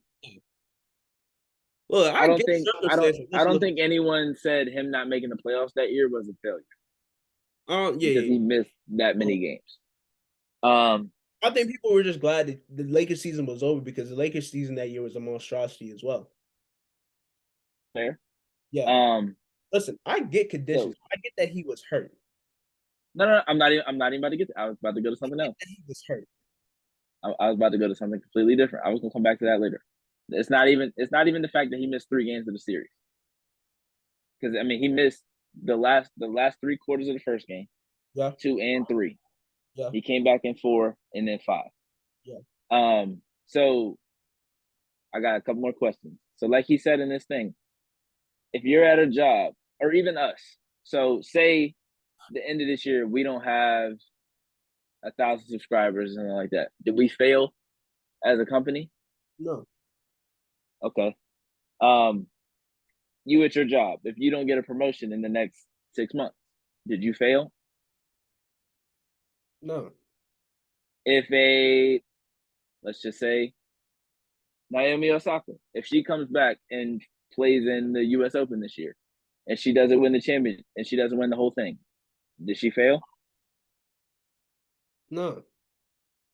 If Jalen Hurts doesn't win a Super Bowl this year, did he fail? No, because you got the bag. Okay, so what's different in this Giannis situation? Listen, man, like I said, it's not a total failure, but it is a failure to some extent. Like, I don't know, like I said, if it was anybody else, they wouldn't be receiving the same energy, dog. Nobody answered it that way. Nobody else has answered that question that way. People like Russ and KD have been like, what the fuck does that even mean? And they've gone to Twitter and they cried about it. Giannis almost got angry, didn't realize, okay, let me think about this. He's like, and he asked the dude, he said, if you don't get a promotion at your job this year, at the end of the season, if you don't get a promotion, do you feel like you failed? The dude said no. He said, so because out of 30, now 16 teams, one of us is going home a little earlier than other people's expectations. Probably their expectations too. But especially when they're like, if Giannis played all 5 games completely healthy, there were no health issues for the Bucks, and they lost in 5. Okay, I can see you calling it a failure. He missed 3. He clearly was playing a little bit injured. I'm not saying that that's why they lost. I think he was healthy enough to impact the game in the way that Giannis can. Mm-hmm. And Brook Lopez gave him 2 great games that they could have gotten over the hump. But I think too many times in the sports culture, we put so much of these negative connotations on players and on athletes when everyone has bad days. Our bad days are different because we go to work and we go home and we like, oh man, today sucked. Their bad days are on national television and they just lost a game 5 or a game 6 or a game 7. And then as soon as that is over, not even like the buzzer rings or the buzzer goes, and this is a perfect Aaliyah Boston, when she missed that tip in, did she fail? No, she just missed the shot. Like, that's not an easy shot to make. I mean, she was running full speed. The ball comes, she tries to tip it in, it doesn't go in. I don't think that means she's a failure. Do you think them losing this year before the championship game? Do I you just think that thought makes them about a failure? Yes. I'm yes, looking at the Final Four shirt. I'm looking at the Final Four shirt right now. Because we should have been 3-peating if we Does being that make them a failure? Hey, your little side chick, Miss Jones and them don't have a ring either if Aaliyah take care of her business. That's cap. What you mean? If she hit the tip, we talking about destined. We talking about that was destined. That was already written in stone. Haley already knew she was winning that. Bro, Haley hit 2 big shots. They ain't losing Arizona. South Carolina ain't losing Arizona. If they get the tip, it's a wrap. They didn't get past them. They got to get past them first. That's like saying UConn would have beat Stanford or UConn would have beat. We lost to Arizona. You brought it up. We would have got to something. You brought it up. Gino getting worked out here and still in next year. That's definitely happening because Lord have mercy. But now that you brought it up, Aaliyah and listen, South Carolina failed this year. And I know what you're trying to do. You're trying to cover up for your 2015 Wildcats. They a failure too. That's a failure. That's a failure. That's a failure. That's a failure. 38. No, don't. I see what you're trying to do. You tried to. I didn't even think about them. Young brothers are slick. I don't disagree. He's heard me talk about that Wisconsin loss for the last 8 years. Decker. I'm angry about it to this day. I'm never not going to be angry about that loss. I'm never not going to look at them and be like, why? That to this day, that I consider that a failure, 100%. If Anthony Davis and them would have lost, that would have been a failure. I think Kentucky has failed multiple times because we've had more than good enough teams to win, and we lost in the first round, second round, round of 30, or round Sweet 16. Well, we should have beat these teams. I wanted to ask him because I don't think the first one, I don't think her missing that putback was necessarily a failure, but that was coming off the COVID season where everyone was saying, "Yo, South Carolina would have won." Yo, Oregon would have won. Yo, Baylor would have won. Who would have actually won?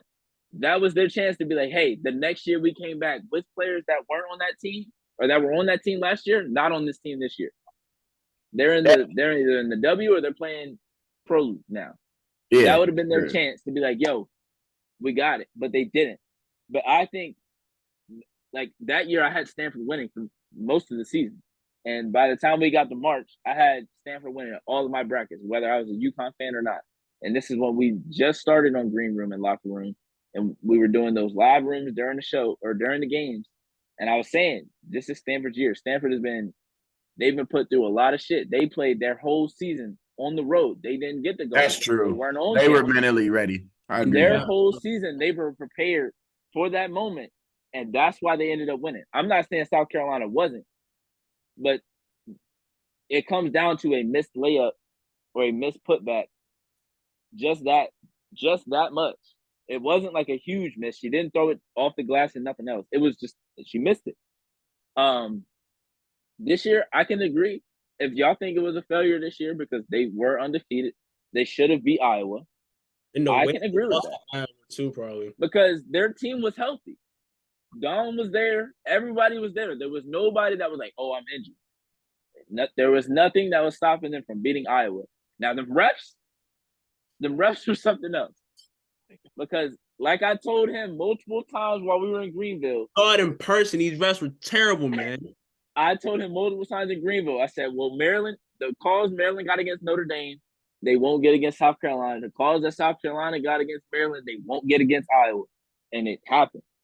Because when you look at it, these refs, they play a huge part, especially in college games. When there's 5 fouls, Aaliyah Boston had been in foul trouble damn near the whole season. 2 fouls in the first 5-6 minutes. That's crazy. Yeah, for sure. That's crazy, and that threw off the whole rhythm of the game for South Carolina. Yeah, I think it's a great. And you never see them.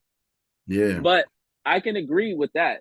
But there's other things where it's like, I think they were looking at it more individual. Like, oh, Giannis, do you feel like you failed this year? Yes, that's and exactly. I don't think right. that was fair to put on him because he missed the 3 games.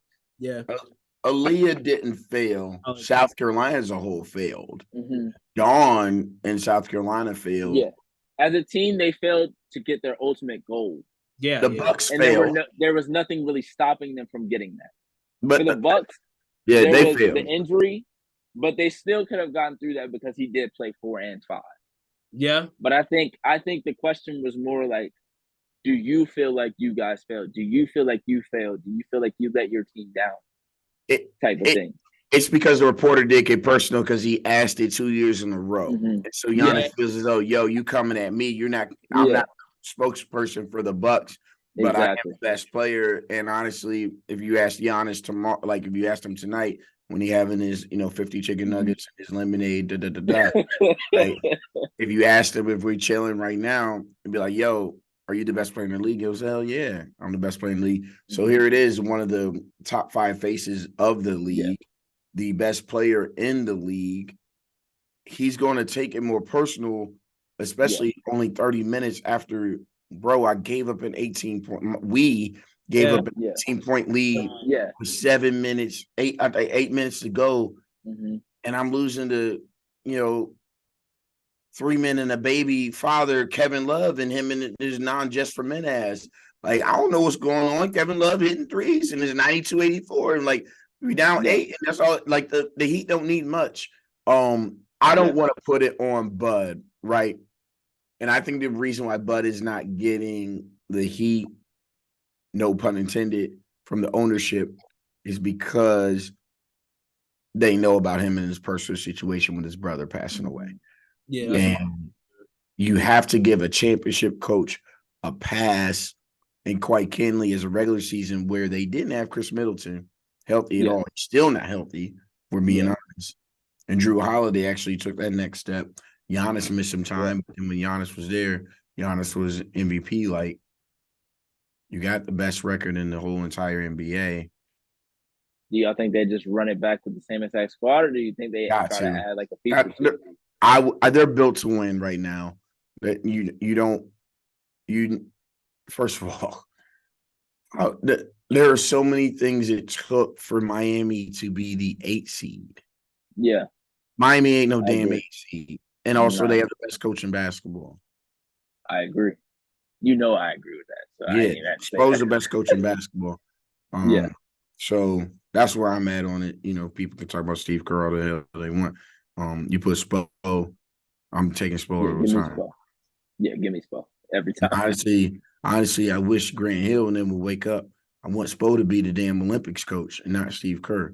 Yeah, that's crazy. Spo is more representative of the United States of America than Steve Kerr is. I definitely thought Spo was more than 50% minority in this. Let me chill. Don't get me on my soapbox. I ain't gonna lie, man.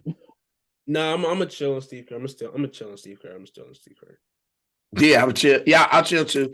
I'm a chill on Steve Kerr. But since we got there we at, but y'all know, Matt, it's not a failure, but the Bucks did not accomplish their mission. No, Yeah, not by any I means. agree. No. I mean, yeah, listen. I'm understanding, but same time, agendas need to be pushed. All right. Agenda's got to be pushed. Agenda's got to be pushed. Listen. And then now they know how it feels to get the same, like to lose based on injury, like they beat Brooklyn in 2021. Y'all just gonna put a foot on the Kyrie out. Heard it. Y'all just put a foot on the Kyrie out. James Harden got hurt within 2 minutes of game one. No one called that a James failure. Harden came back, rushed That's back. the most Kyrie respect got hurt KD ever game got. 3 or whatever, and KD got played every minute of game 4. Tired as hell. You got Joe Harris. KD got more respect for losing that game, losing that series, than he does for those 2 rings that he has. You can't say that people was trying to call that a fair because I don't agree. Because the way that he played in the game 5, 6, 7 against Milwaukee, against Giannis, with Giannis guarding him, nobody looked at KD and was like, nah, that dude failed. Like, nah, they was like, oh, that dude, like, we already knew this. But once he went to Golden State, we tried to pretend like we didn't know. He came off an Achilles injury and did this. Listen, nah, that dude is for real. Yeah, the Golden State was crazy too. That man was Finals MVP in both of those finals, not Steph. But no one's hearing that because he's got Steph. Yeah, but he wasn't the best driver though. Well, look, he wasn't. KD's still playing his behind off in those finals, bro. That what made me respect KD. He didn't say he didn't. But when you got Steph, when you're coming on a fast break, and they all run to Steph, and you get an open shot, and you're Kevin Durant, nothing else needs to be said. That's a point. It's a great point. And then you got to think Clay in the corner, so they can't leave him either. You know, that team was definitely unbeatable. Like I've said, then you got Iguodala. He's gonna hit him when they matter. The Warriors, they didn't really need KD. They needed KD to be unstoppable, right? They didn't really need KD because they were like we know 73. They needed a 3-man that could make the shots. Yes, when they needed them to. Got Harrison Barnes. KD is one of the best shot makers we've ever seen in this league, if not the best. Yeah. But yeah. That's all they needed. They needed a guy that could make shots at that position, and Harrison Barnes did not do that when they needed it. So they were like, hey, if we can go get KD, you want to come over here? We're gonna allow it. We're gonna call KD up. Because when you first heard it, you're like, there's no way he's gonna sign with them. And he fucking signed with them. Like, I thought he was going to Boston. I thought he was going. That boy brought in Tom Brady. I thought he was like already like, all right, I'm signing with Boston, but I'm gonna take this Warriors. They was like, nah, we bring in the Hampton 5, or we bring in the Hampton 4. We can call ourselves the Hampton 5, blah blah blah blah. And they got him to sign. So I don't think. I mean, like the Warriors losing in 2019, I don't think that was a failure. I mean, Clay got hurt in Game 6. He got hurt. I mean, it was tough. I mean, they was playing stuff with a boxing 1 type shit. Like, it was rough. I mean, but there's got to be different like things to it. Like, and I think it's difficult to put the onus on one player unless they absolutely just shit the bed and don't do their job. Like a 2011 LeBron. That finals, yes, you can call that a failure because a lot of that series was on him not showing up and not doing what he was supposed to do in the fourth quarter. He shouldn't have been outplayed by Jason Terry or by JJ Barea or by whoever else was on the court not named Dirk Nowitzki. I know what you think about. I had Magic Johnson if he can guard Jason Terry. That's crazy work. But I think like there has to be context when it comes to like, did this player fail? Did this team fail? Definitely. I think the teams can fail. It doesn't necessarily mean the individual failed. Because if that's the case, then every tennis player, every golf player that doesn't win their tournaments, it's such like in sports, there's such a slope, a slippery slope from being a champion to losing before the championship game or the championship match. Yeah. That you can't really, it's hard to be like, yo, you failed because you didn't get to this point. Like, I don't think people understand how hard it is to get to a certain point. And I don't necessarily understand it, but I can see it from my perspective of like, okay, not everybody's getting there every year. How many people have rings in the last 15 years? Every year they add another ring to it. Like, Only one team that won from what? Oh, from like 2000 what?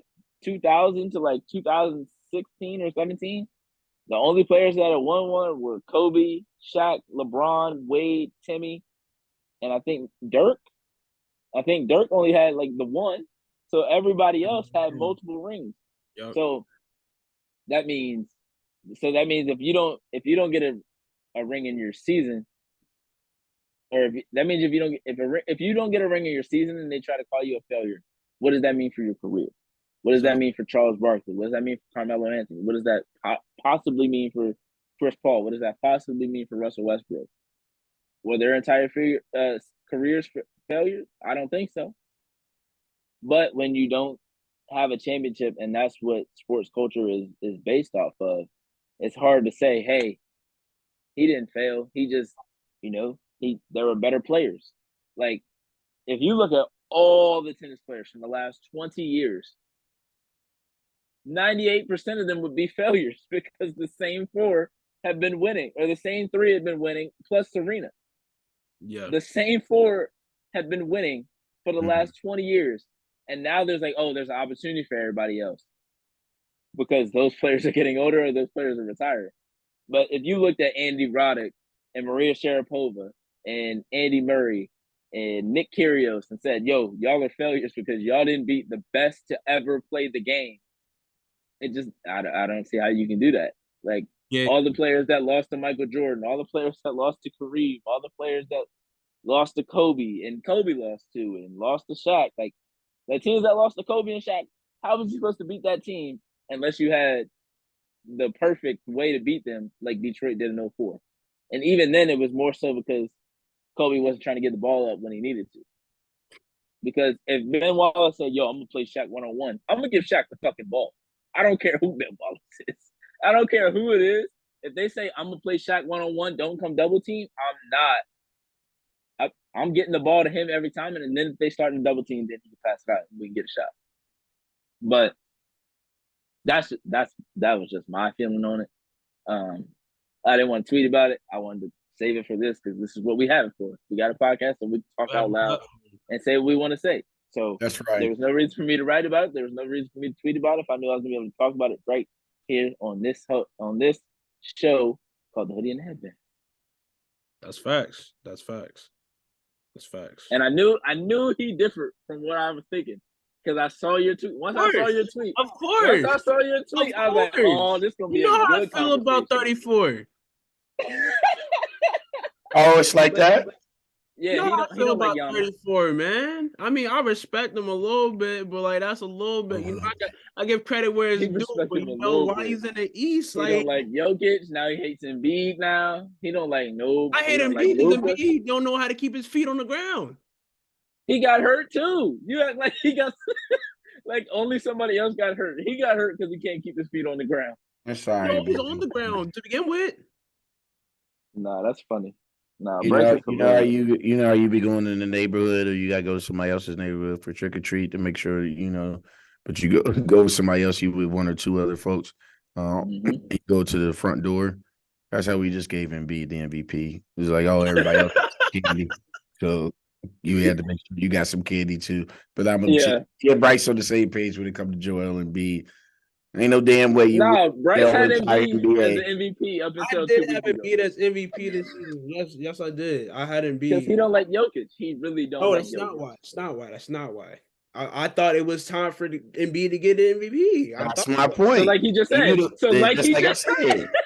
I thought it was time. It's like you got your Snickers from He got 50 on the pass MVP. Like what we doing? You got your mini Snickers from Miss Jackson or at the corner house. Mrs. Smith had to make sure you got your Milky Way. Damn Milky Way. I don't mess with Milky Way. You paid it. I don't know. Your Skittles, your tropical Skittles, but like it's ridiculous, Bryce. That's what I'm saying. But it's crazy for Embiid because you said it was his time. It was his time. Come on, dog. He out here trying to give out participation trophies with the MVP. Is crazy to me. Especially the guy that we're giving out participation. He got 50 on Jokic. What is there to discuss? He got 50 on Jokic. They played 82 games. That's one game. The second game they played, where was Embiid? I ain't gonna like kind of ducked him. Kinda. He played the 4 games leading up to it and was like, I need to duck rest my just knee. like how he ducking Tatum right now. He kind of ducked him. Oh, he not ducking Tatum right now. He's actually injured. I'm running out. But since you brought that up, we can segue into it, man. We can segue into round 2. Celtics, Sixers, James Harden reminding us of who he was Monday night. Vintage James Harden, vintage beard. It was a flash of Houston Harden. I know ML, you might not want to hear, but it was a flash of Houston Harden. And it wasn't all that dribble shit either. So I was happy. It was efficient. It was a great game, man. I mean, I honestly thought Boston would have took care of business here, being that they were at home, took care of home court. But I only got 2 questions. No. I got 2 questions. Okay. What the fuck was Malcolm Brogdon thinking? Mm-hmm. And why did Marcus Smart have the ball in the last possession of the game? Coaching. Those are my 2 questions right there. Coaching. Malcolm Brogdon said, throw that shit away. Fuck it. I didn't understand the play. Like, y'all remember game 1? Was it Easter Sunday? Sure was, I think. It was Easter Sunday last year of game 1 of the Eastern Conference semis. I'm pretty sure. The Nets Celtics. Yeah. No, the first round. First round. Yeah, first round. Like Jason caught that ball. Caught that, yeah. Found the layup, yeah. Yeah, when the Nets wasted a Kyrie and KD epic performance. So that was he traveled. I seen it. Maybe. They said he traveled. They came up with the last 2 minutes report. It said with the 2-minute report. Come on, dog. That's Adam Silver's NBA. In Adam Silver's NBA. This is where we messed up, but we were consequences. Adam Silver's NBA. Man, listen. They wasted an incredible efficient game by Jason Tatum. Jaylen Brown only had 10 shots. He only shot 3 in the second half. That's crazy. After the first 3 quarters, I think. From who? Last 3 quarters. Who's shutting them down? Exactly. The point is, I don't understand. How does an all-NBA player only have 10 shots against this Philly team who doesn't play any defense outside of Joel Embiid? Yeah. And Joel Embiid ain't there. Nasty. B-ball Paul. I'm coming back in 2 weeks if y'all burying Tatum. If this goes to 7 and they don't win, the Celtics, they are known for this. This is the problem. Their mental lapses are horrible. I don't understand it. None of them make sense. Boston should have handled their business against Atlanta. They should have been done in 5 games. It was done. Messed up old Janet Jackson, man. It missing that fire they had last season, man. She hears Janet and Indy in 3 weeks, so I will be in the building. I will be. Oh man. Yeah, I'm gonna be on my. Singing his heart out. Yes, sir. Sure. And the voice will be back. I had to coach 20 basketball games this weekend. I'm there. Say it, boy. I'm stomping. I'm escapade. Listen. Don't tell me if. Don't let me come in. I got a Janet list too, by the way. I got a top 7 Janet list. That's 7 songs. Anyways, point being, like, just real quick on the Celtics. They have to get a mentality that they are the best team to win 16 games. And I don't know what's missing. I don't know what it is. I can't put a finger on it, but something is absolutely missing. And maybe this will be a wake-up call. But now that they don't have to play Embiid, the Sixers. In fact, what I would have done is just, you chilling, get your Cairo in, you in Philly. Don't even come out the facility for 48 hours. If you got a girl, like, we'll have to actually, your family could live there. We good. Yep. We'll take care of you. And B, now you don't need them now. And Doc may do that. But also, I think Boston may actually want Embiid to play, crazy enough, because they are used to a game plan going against him. They aren't used to going, and then also it's a mentality. And that's the problem. Golden State in that situation, I don't like saying the neck thing anymore. They will crush you. They will try to crush your soul. And Boston doesn't have that gene yet. And I don't know why they don't. I don't know why they don't. But it's a problem at home. Because they haven't gotten over the hump yet. They haven't Once they finally get that championship, that's when they'll be able to do it. Because LeBron wasn't able to do that. Like, LeBron now, in the last 10 years since he won the first ring, he's able to, all right, I can turn it on this game. D-Wade, all right, I can turn it on this game. Kobe, I can turn it on this game. Steph, the Warriors, we can turn it on the third quarter. Those teams, once they did it the first time, they knew what the system was. They knew what they were supposed to do. They knew what they were capable of. Boston thinks they're capable of it. But then there's also that thing in the back of your head, like, what if we're not? What if we can't do it? I just watched the tennis breakpoint, the first or second episode of the series, where Aya Tomljanovic, she's playing one of the top players in the seeding of the Australian Open in 2022, and she's tied, or it's like 5-5 in the first set. Once she gets like one frustrating point, and she starts thinking, can I even do this? Am I even good enough to do this? And she doesn't win another point or another game. Like, she ends up losing 2-0, and the second set was 6-love. So I think at certain times when you make up mistakes, that's when you're like, oh man, we're doing that shit again. Like, why do we keep doing this? Yeah. Why can't we get over this hump? Why can't we make this play? Why can't we get to the perfect spot that we're supposed to? Why can't we stop this dude from getting to the rim? Or why didn't we communicate on this defensive play? Keep going. Let me stop.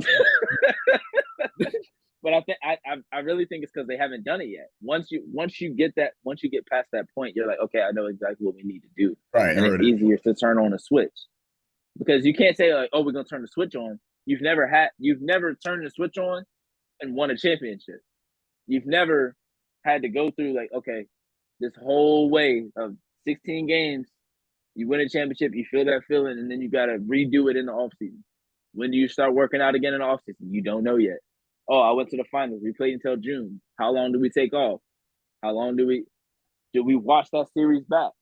A lot of people can't watch championship games back. Like, were the Warriors able, or were the Celtics able to watch the finals last year back? Or was it too painful? Was it like, oh, we were this close, we know like 3 or 4 things we'd have done differently, we'd have been the champions? Yeah. And sometimes it just comes down to just that small, like just a small mental hurdle you got to get over that hump. But if you can't, you might not even get out the second round. So you gotta figure it out, and as it's going, and then once you get over that hurdle, if you can get over that hurdle, is when it comes in of like, okay, we know exactly what we need to do. I think they got to win the next 2. They definitely got to. They need to. They need to Absolutely. They need to win another one at home for sure, and definitely go on the road. Yeah, if they lose tomorrow night, I think they play tomorrow. Yeah, Wednesday night. If they lose Wednesday night, it's gonna get kind of rough. Yeah, because I'm not saying Embiid's gonna come back and go crazy, because Embiid, you never know with Embiid, like in the playoffs and against Boston. Like, as much as Boston also has a mental hurdle to get over, so does Joel Embiid and Harden.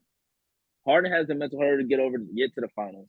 Yeah. Embiid has to get past Boston. Embiid has yet to get past Boston in a playoff series. That man said, listen, every time they lose, I think that's one quote he said, oh, it's not a rivalry, they always beat us. That's lose mentality at its finest.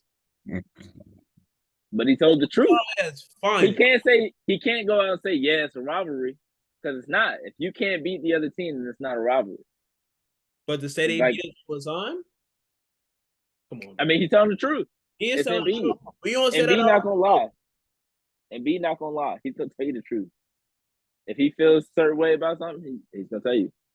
But who do y'all got in this series? Who do y'all think comes out? I'm pretty sure ML's got the Celtics in 6 or 7.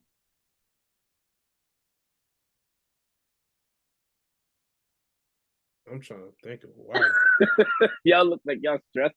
I ain't gonna lie. I don't want either or. I got a tiny bit shook yesterday because I'm told you I'm nervous about Missoula. I ain't worried about Jason. I mean, Tobias Harris, come on, dog. Yeah, nah, that's food. Jason see it, barbecue chicken. He see it, Korean teriyaki is everything. You good? He good. And then he making an extra run to Raising Cane's. So he all right. He ain't worried about that. Bojangles will be in game 6. Put Tobias Harris on Jason Tatum, then that'll be taken care of. We're getting all of it. We're crossing the whole country on it. That's chicken. Missoula is the issue of why the Celtics could lose in 6 if Malcolm Brogdon plays like that's another thing. They wasted a good Malcolm Brogdon game yesterday. They sure did. But if Derek White there it is. The Celtics have just as much depth to win a championship. Like if but they have to, like, everybody has to bring their B+ or above game. The Suns don't have that type of depth anymore. They traded it all. Right? You got the 6th man of the year. That wasn't important. Exactly. Well, exactly. What's going on? They down 2-0. Exactly. Missoula, did you even see how, like, my man is a little stubborn? Bro, Sam Hauser can't play in this series. It's not a series for him because he can't give you defensively what you need to against Philly. Now, can you run Sam Hauser out there to chase around Duncan Robinson the next series? Maybe. Yeah. If he's in any type of shape, because the problem is, or like to be in front of Max Strus, and that's because you don't know what young Hemi gonna give you because of the ankle, but not this series. Series. And Maxey a dog. I gotta see Jaylen Brown take it personal, dog. Gotta take it personal a little bit. 3 shots in the second half is for an all NBA player. Bro, there's a difference between, if I'm not mistaken, is it $70 million, $67 million? Yeah. Difference. You can't come up short. I mean, granted, the all NBA votes are already in. Yeah. But you can't be reflected in, or you got to find a trade partner. You can't do that. I was about to say, especially when he's worried about whether or not they want him. Like Celtics. That's when you got to step it up. I feel like Celtics win tonight, or tomorrow. Tonight. Yeah, Celtics 6-6. That's what I thought before. You know, I'm a little shook, but at the same time, Boston do better on the road in the playoffs the last couple of years. Yeah. Crazy. Yeah, they have. Damn, we shouldn't have lost them in Game 7. But I'll go. I think Celtics get it. I would say 7 if Embiid comes back Game 3. I would say it goes to 7. Personally, I would love to see Harden get over that hump, and this ain't even getting over the hump, but like get to that next hurdle to try to get to a finals. Because as much as I've been like on his case the last 5 or 6 years because people are always trying to play him over Dwayne Wade, and I find that shit insane. I think for the career he's had and as hard as he's worked, as much work as he's put in, I think he deserves at least another championship run. Not as a 6th man, you know. And I don't mean championship run as in like, winning. I mean just like an opportunity in the finals to get that legacy builder that he needs, because it's gonna come down to him and AI every time these conversations happen. But he's able to get one. Yeah, that vaults him. That vaults he hurdles AI, and then he's right behind D Wade after that. It's Mike, Kobe, Wade, Harden if he's able to get one. If he's not able to get one, then it's him and AI until another 2 guard comes in and gets a ring. Agreed with all that. So, let's see. Heat and Knicks are now tied 1-1. I love the way we played in Game 1, especially even with Jimmy. Like Jimmy was good, but he wasn't like super aggressive.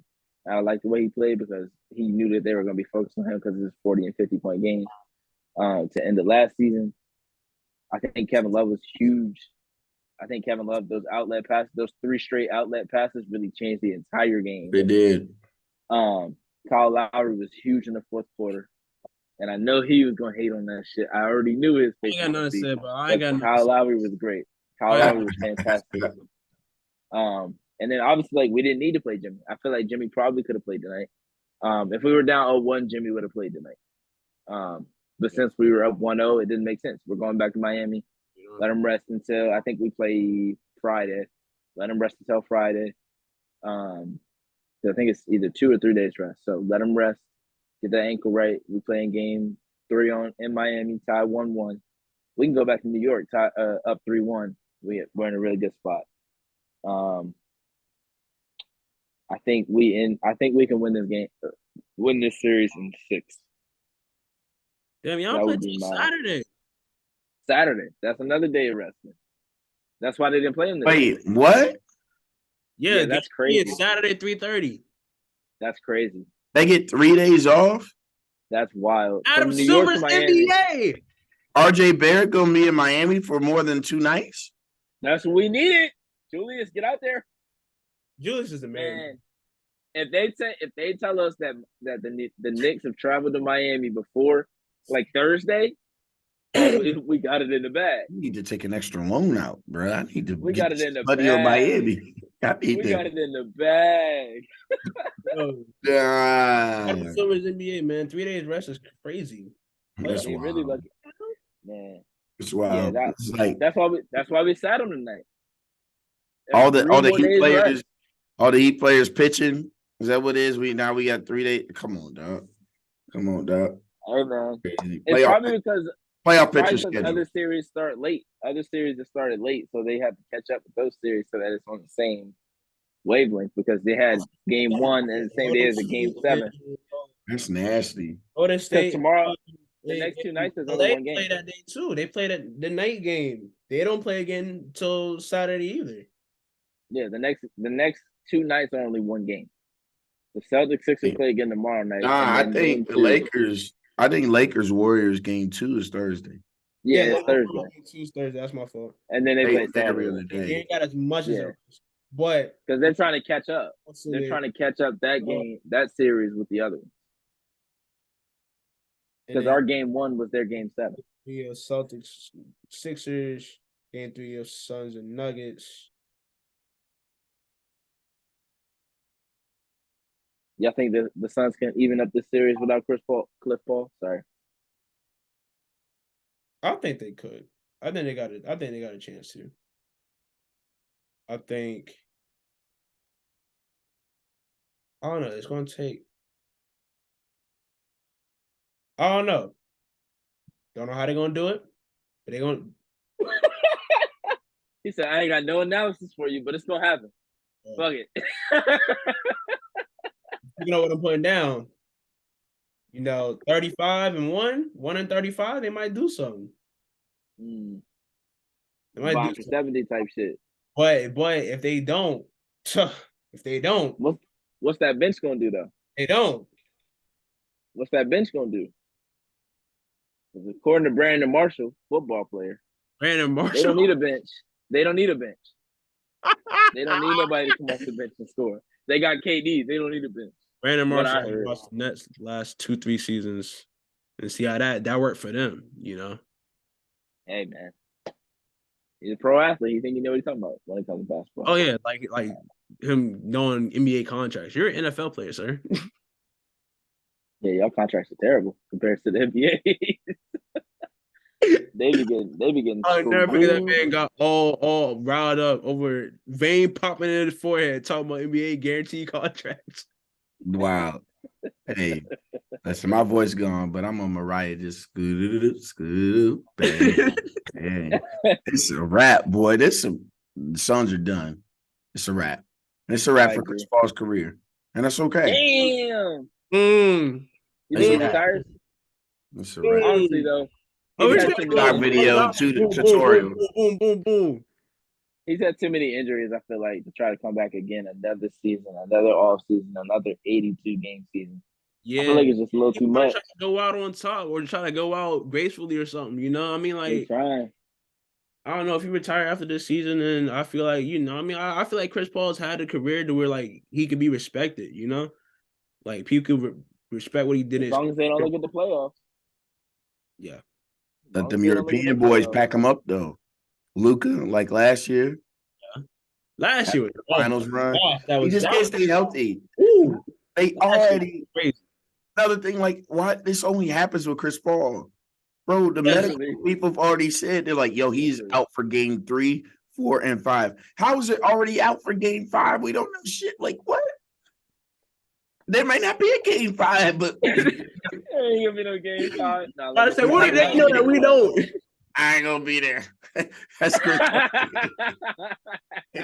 He ain't gonna be there. All right, so we got Lakers Warriors is on right now. Been a back and forth game. Oh yeah. Warriors are up 1 or Lakers are up. I think Lakers are up 1. Yeah, I saw Lakers. Who y'all got in it? Who do y'all have in this series? I think Warriors might got it, bro. I only say that because Warriors, like, I don't know. They got there last year. They're in midseason form. I mean, not even midseason form. They're in playoff form. Know what time it is when like we mentioned earlier. Like I said, Clay, Steph, and Dre gave each other that look. It was like, all right, time to lock in, time to turn it on. I feel like they gonna do that to this Lakers team. I mean, Lakers gonna play them tough. Obviously, like I said, like I mentioned, LeBron. He's seen, he knows how to play against his team. He knows how to defend his team.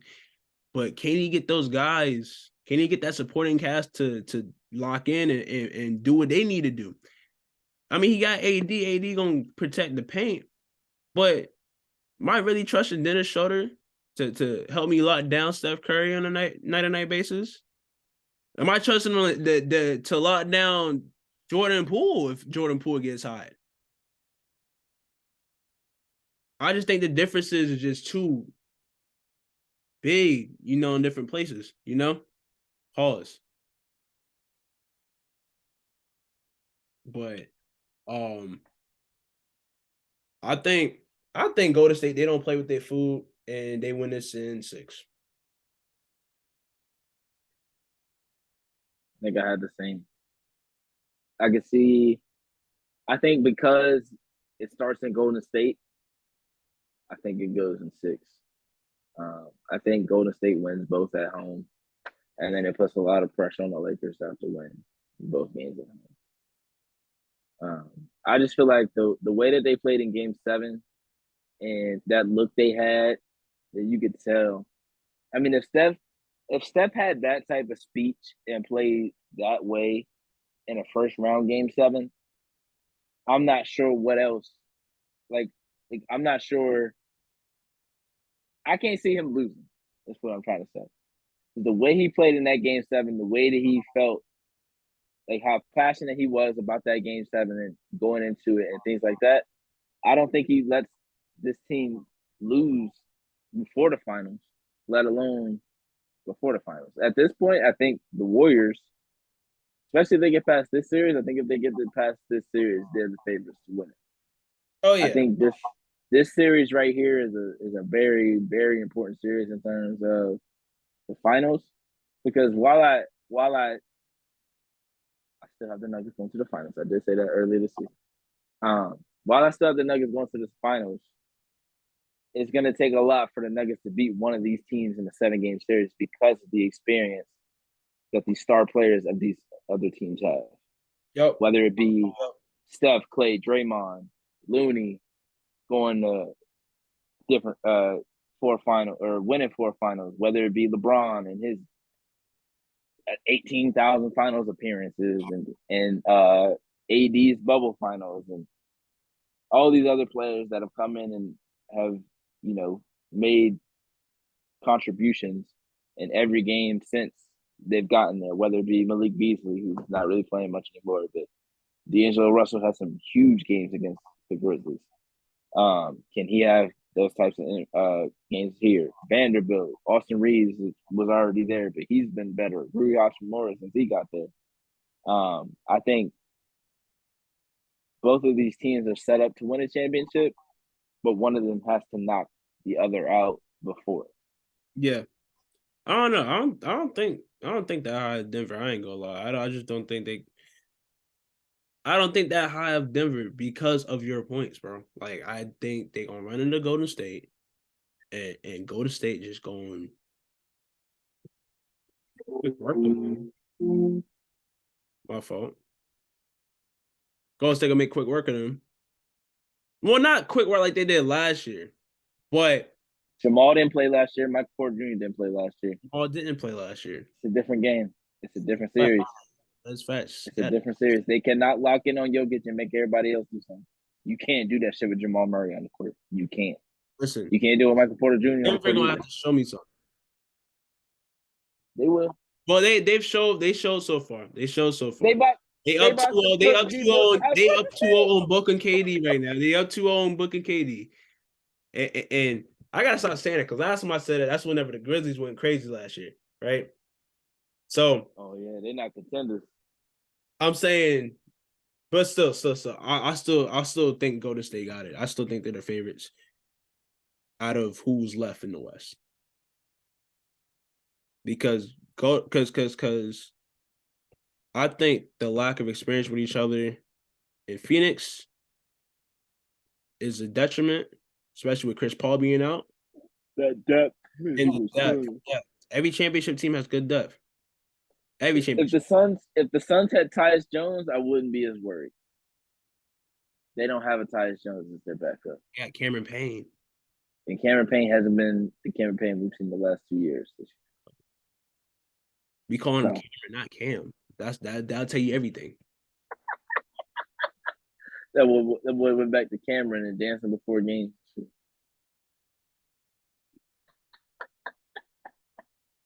But yeah, I got Warriors in 6. I think Steph is just too locked in right now. It's a tie ball game at the moment. It's been a really close game. It's gonna be great basketball. I like Warriors in 7. Warriors in 7. Warriors in 7. Yeah, like and whoever wins, actually, I'll just because I don't know when I'll be back with y'all, but whoever wins this series will be playing June 1st, Thursday, in Game 1 of the NBA Finals, and whoever wins the Sixers Celtics will be hosting one of these two teams. And then Thursday, June 1st, and that's no disrespect to Miami. I just think with Jimmy, that ankle, it's just tough. You need 4 to 6 weeks with something like that. Right. But you know what? There's medicine. There's a lot more needles allowed in Adam Silver's NBA. You never know what those needles could have, but some. Hey man, Patrick Mahomes had to use one for us to get one of the greatest. That boy Pat Mahomes got hurt. Respect it. Mahomes. And if that's needs to be happening, we're gonna see it. But I just don't.